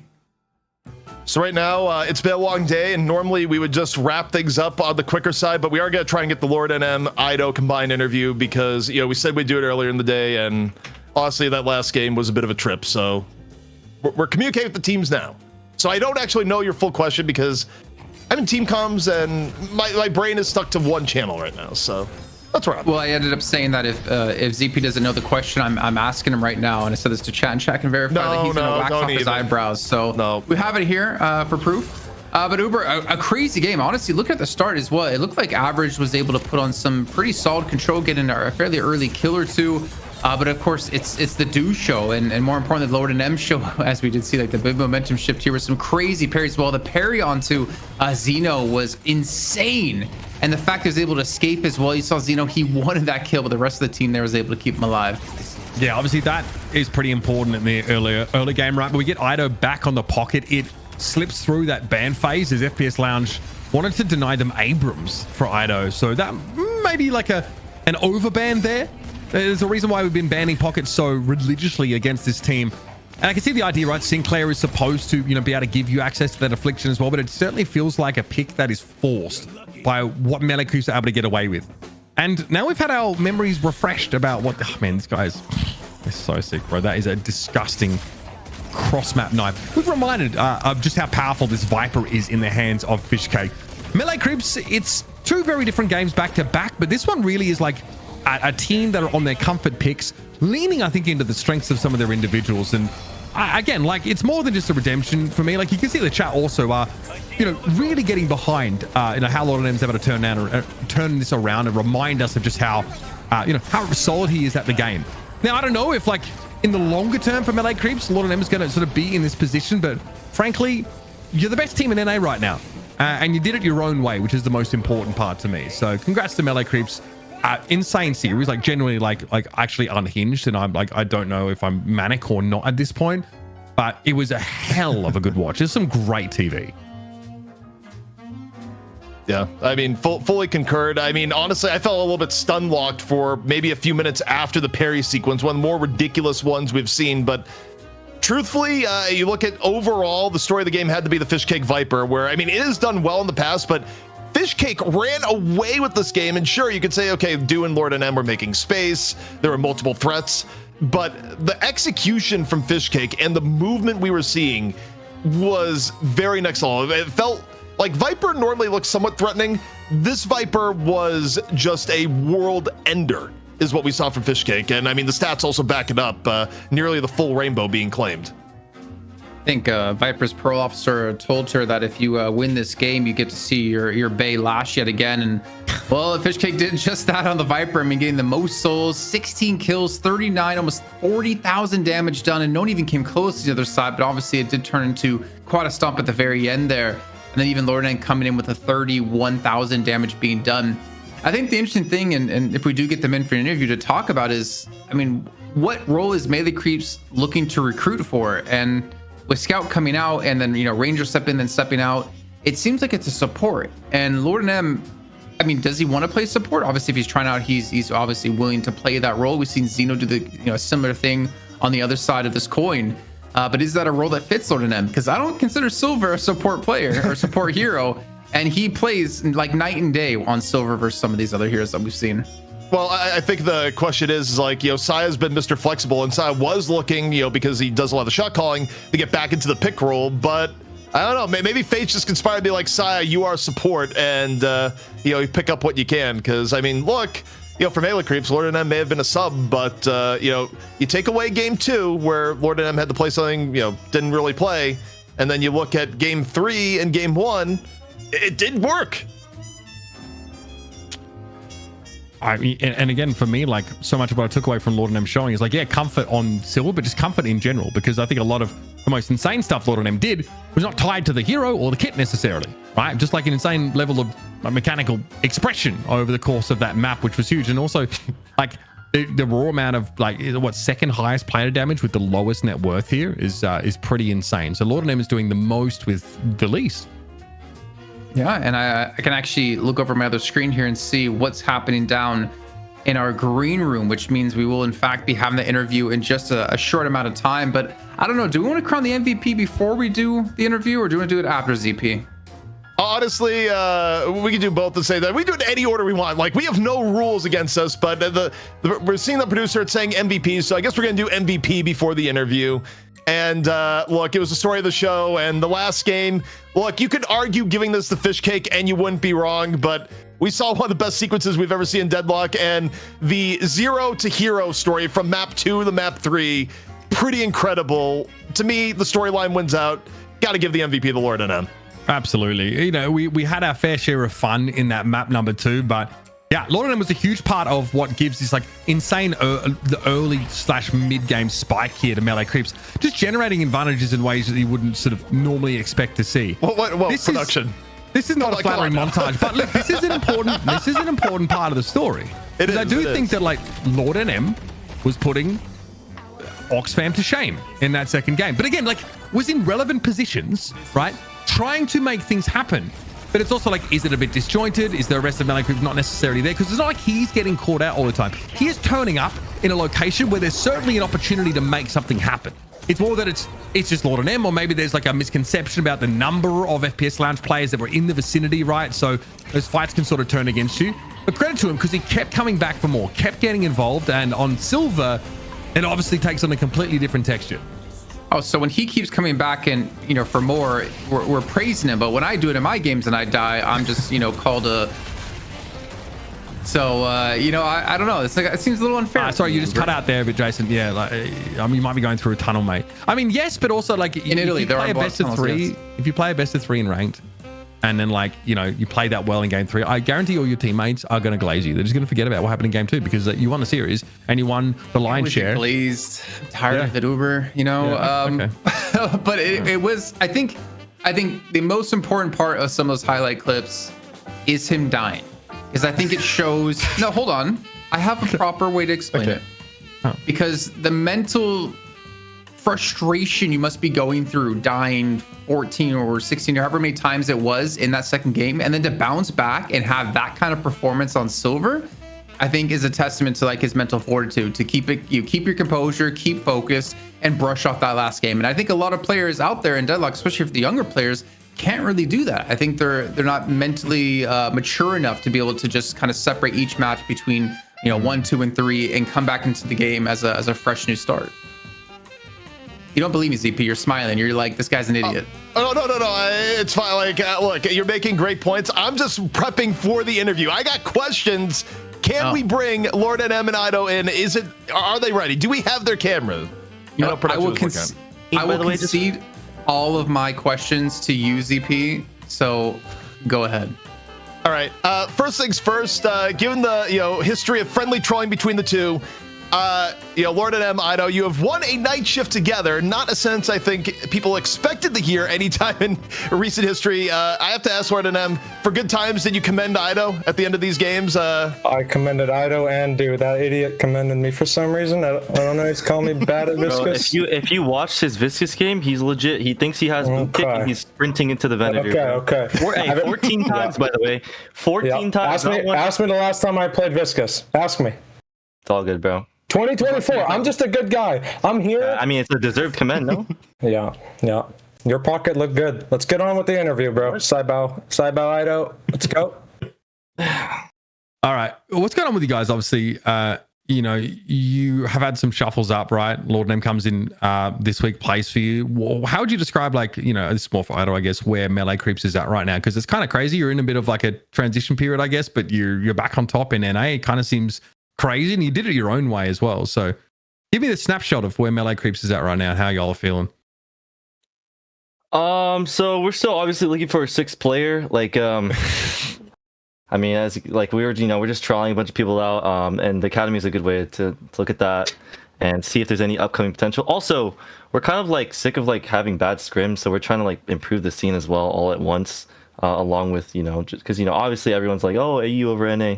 So, like, yeah, we're just trying to make sure that we get better quality matches and stuff. And for Melee Creep specifically, I mean, again, we're looking for either like a support, like super crazy player, or a flex player as well. Like, really, we're looking for an IGL. That's another big part of it. So we're kind of just exploring our options. We've tried a support, we've tried a flex player, and now we're trying an IGL. And yeah, that's kind of where we're at right now. So I gotta ask, this is the harder question, is that, you know, you just took down the new and improved FPS Lounge that was basically, you know, the super team that came together, was able to take you guys out by adding Lord NM into the mix. Say you don't just run it back another week. I mean, we'll see for sure. I mean, we'll definitely see. I mean, we're definitely not putting him on Viscous. We probably got a top 1 the Silver because that's all he can play. But like, besides that, I mean, yeah. I mean, you may see one other trial that we definitely want to. I'm sure. I mean, everyone already knows, to be Boostio. We are going to try out Boostio, see if he works out. But, you know, yeah. If I'm being honest here, aside the LARP, he had a pretty good Silver. And he had some good comps too, along with a good pregame prep. So, yeah, good points so far. I got to set the record straight. I got to set it straight right now. I told this guy, don't tell me last minute I'm playing so I can get prep, right? Fix my hero pool, because I haven't been on the team in 2 months. I'm playing for fun on stream. 2 a.m. I'm told last night that I'm playing. 2 a.m. And you picked me Viscous! I haven't played Viscous since 2024! Are you trolling? Bro, that's like 12 Okay. hours of prep, man. That's... Oh, I mean, okay, listen, like I did my we were prep. I did my prep. Listen, if you guys knew like what was happening, been back on the melee creeps, actually there's nothing happening in the back on the melee creeps because it's literally just me setting everything up. I can't lie. Yo, I'm over here pinging my team 24/7 about trial this, trial that, MLC Academy this, and I get no response at all. Nobody's saying a peep. And then game day comes and Silas like, oh, I thought we were getting boostio. Like, bro, and I'm like, oh, do we want to try Lord of them? Bro, I'm gonna be honest, these guys are just like, they're just too nonchalant for me. I can't. Like somebody has to step up and do all the business. So that's what it is. And I just happened to just make a decision late at night after. Yo, you may be the bus driver because you just ran over some people, as I'm gonna say. But bro, I mean, they know it too themselves. They don't respond to shit. Oh, sorry, crap. You're good, bro. We're not sponsored this week. The soft swearing is allowed, as it turns out. Fuck Jason. Excuse me? No. No, I agree. I've been told what you're saying. I know you made that emote, bro. I know you made it. I mean, Lord and M is actually our most used emote on the channel, so you should be kind of happy. At least you're infamous in Deadlock in some way, other than some bad things like a 14 death Viscous. Which, you know, I think if I was playing, I probably would have had less deaths. I mean, you guys don't watch Crayon. I'm just making space. I don't understand what the problem is. These guys aren't playing around it. So one thing I gotta ask Lord at MBO, because the floor is yours. You came in subbing clearly. Short term rough conditions. Any words or statements you want to get out there? Team wise, as you're looking forward to the future. Floor is yours. You definitely earned it, especially with the performance in Game 3. Came in, did all the prep, did the draft, did the strats, made the comms for the rift, the earn, the save, the mid boss. Took the notes, all in 12 hours, carried Ido. I said, yo, don't sell your lanes this game. I'm going to win this left lane no matter what. Me and Fishkick's like, all right, if we win, we can snowball. I said, Fishkick, no if. We are winning. We are snowballing. Go look at my POV. DMB, belt. Take the belt. Good boy, DMB. I said, DMB's in my lane. It's over. It's over. It's GG. So we can check all these comms in the Melee Creeps release video coming up of all your comms spliced together, right? Yep. Yeah, it'll all be there on the Melee Creeps channel, on YouTube for sure. All the comms and everything.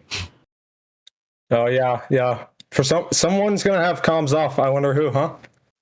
Oh, Lord, just mute the whole game. That's so weird. I mean, this is how you find out that Ido's actually had you muted the entire time while he's playing with you. So bro, I'm playing right now. He was like playing like it.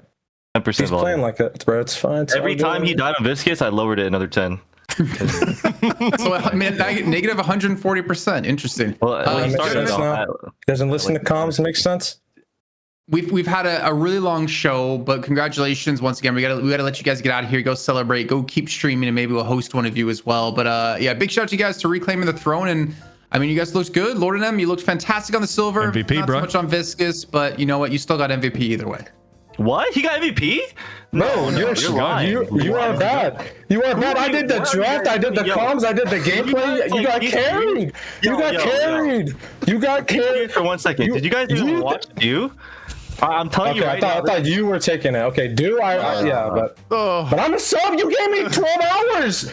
Are you an idiot? Yeah, it's the context. It's the context. Also, The guys, storyline also. take it from me. Never let the truth get in the way of a good story, boys. That's what we're doing. Agreed. You thank me in 5 years, guys, when you're Deadlock pros with your Ferraris and. Ido thinks he's tough. Look at him with a robe. Like he's just like, bro, he's trying to mog me, bro. You are 10, bro. Yeah, I have nothing, but I have nothing on under this, by the way. Just full mogging during the DNS. Prove it. So yeah, we're gonna let them go before Ido just stands up on camera. No, cut him. All right, thank you so much, gentlemen. Congratulations once again on the win. And gentlemen, we here on the show need to wrap up the rest of today as well. I'm gonna get some hate messages actually for kicking Ido off the show when he could have stood up, and some people would have been very happy. But let's take a look at the format, because I'm happy to see this, because it means we're almost done with the show entirely as it approaches 7 a.m. here in Italy. We had a crazy match over in the EU finals, where Abrahams once again defended their title as they just won the R1 tourney over the weekend, beating Buff Enjoyers 3-2 in a reverse sweep, and also beating them here yet again 2-1 in the finals. And of course, Melee Creeps, we saw take on Burr with Clock, which was one of the most back and forth games we've ever seen. Moving into an FPS Lounge Melee Creeps best of 3 that turned out to be just as crazy as before. And ZP, our hero priority from shift number 45. No 7 heroes, no lucky heroes this time. Yeah, I mean, what a change a few weeks. Yeah, no one hit number 7. Mirage back on top with a whole bunch of first picks. Pocket wasn't allowed to be played the entire day, except when Ido got to play it.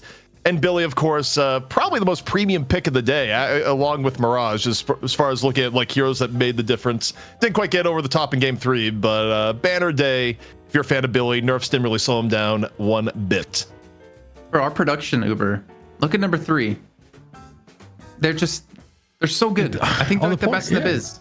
I don't see, it doesn't look like anything to me. Looks like Mina.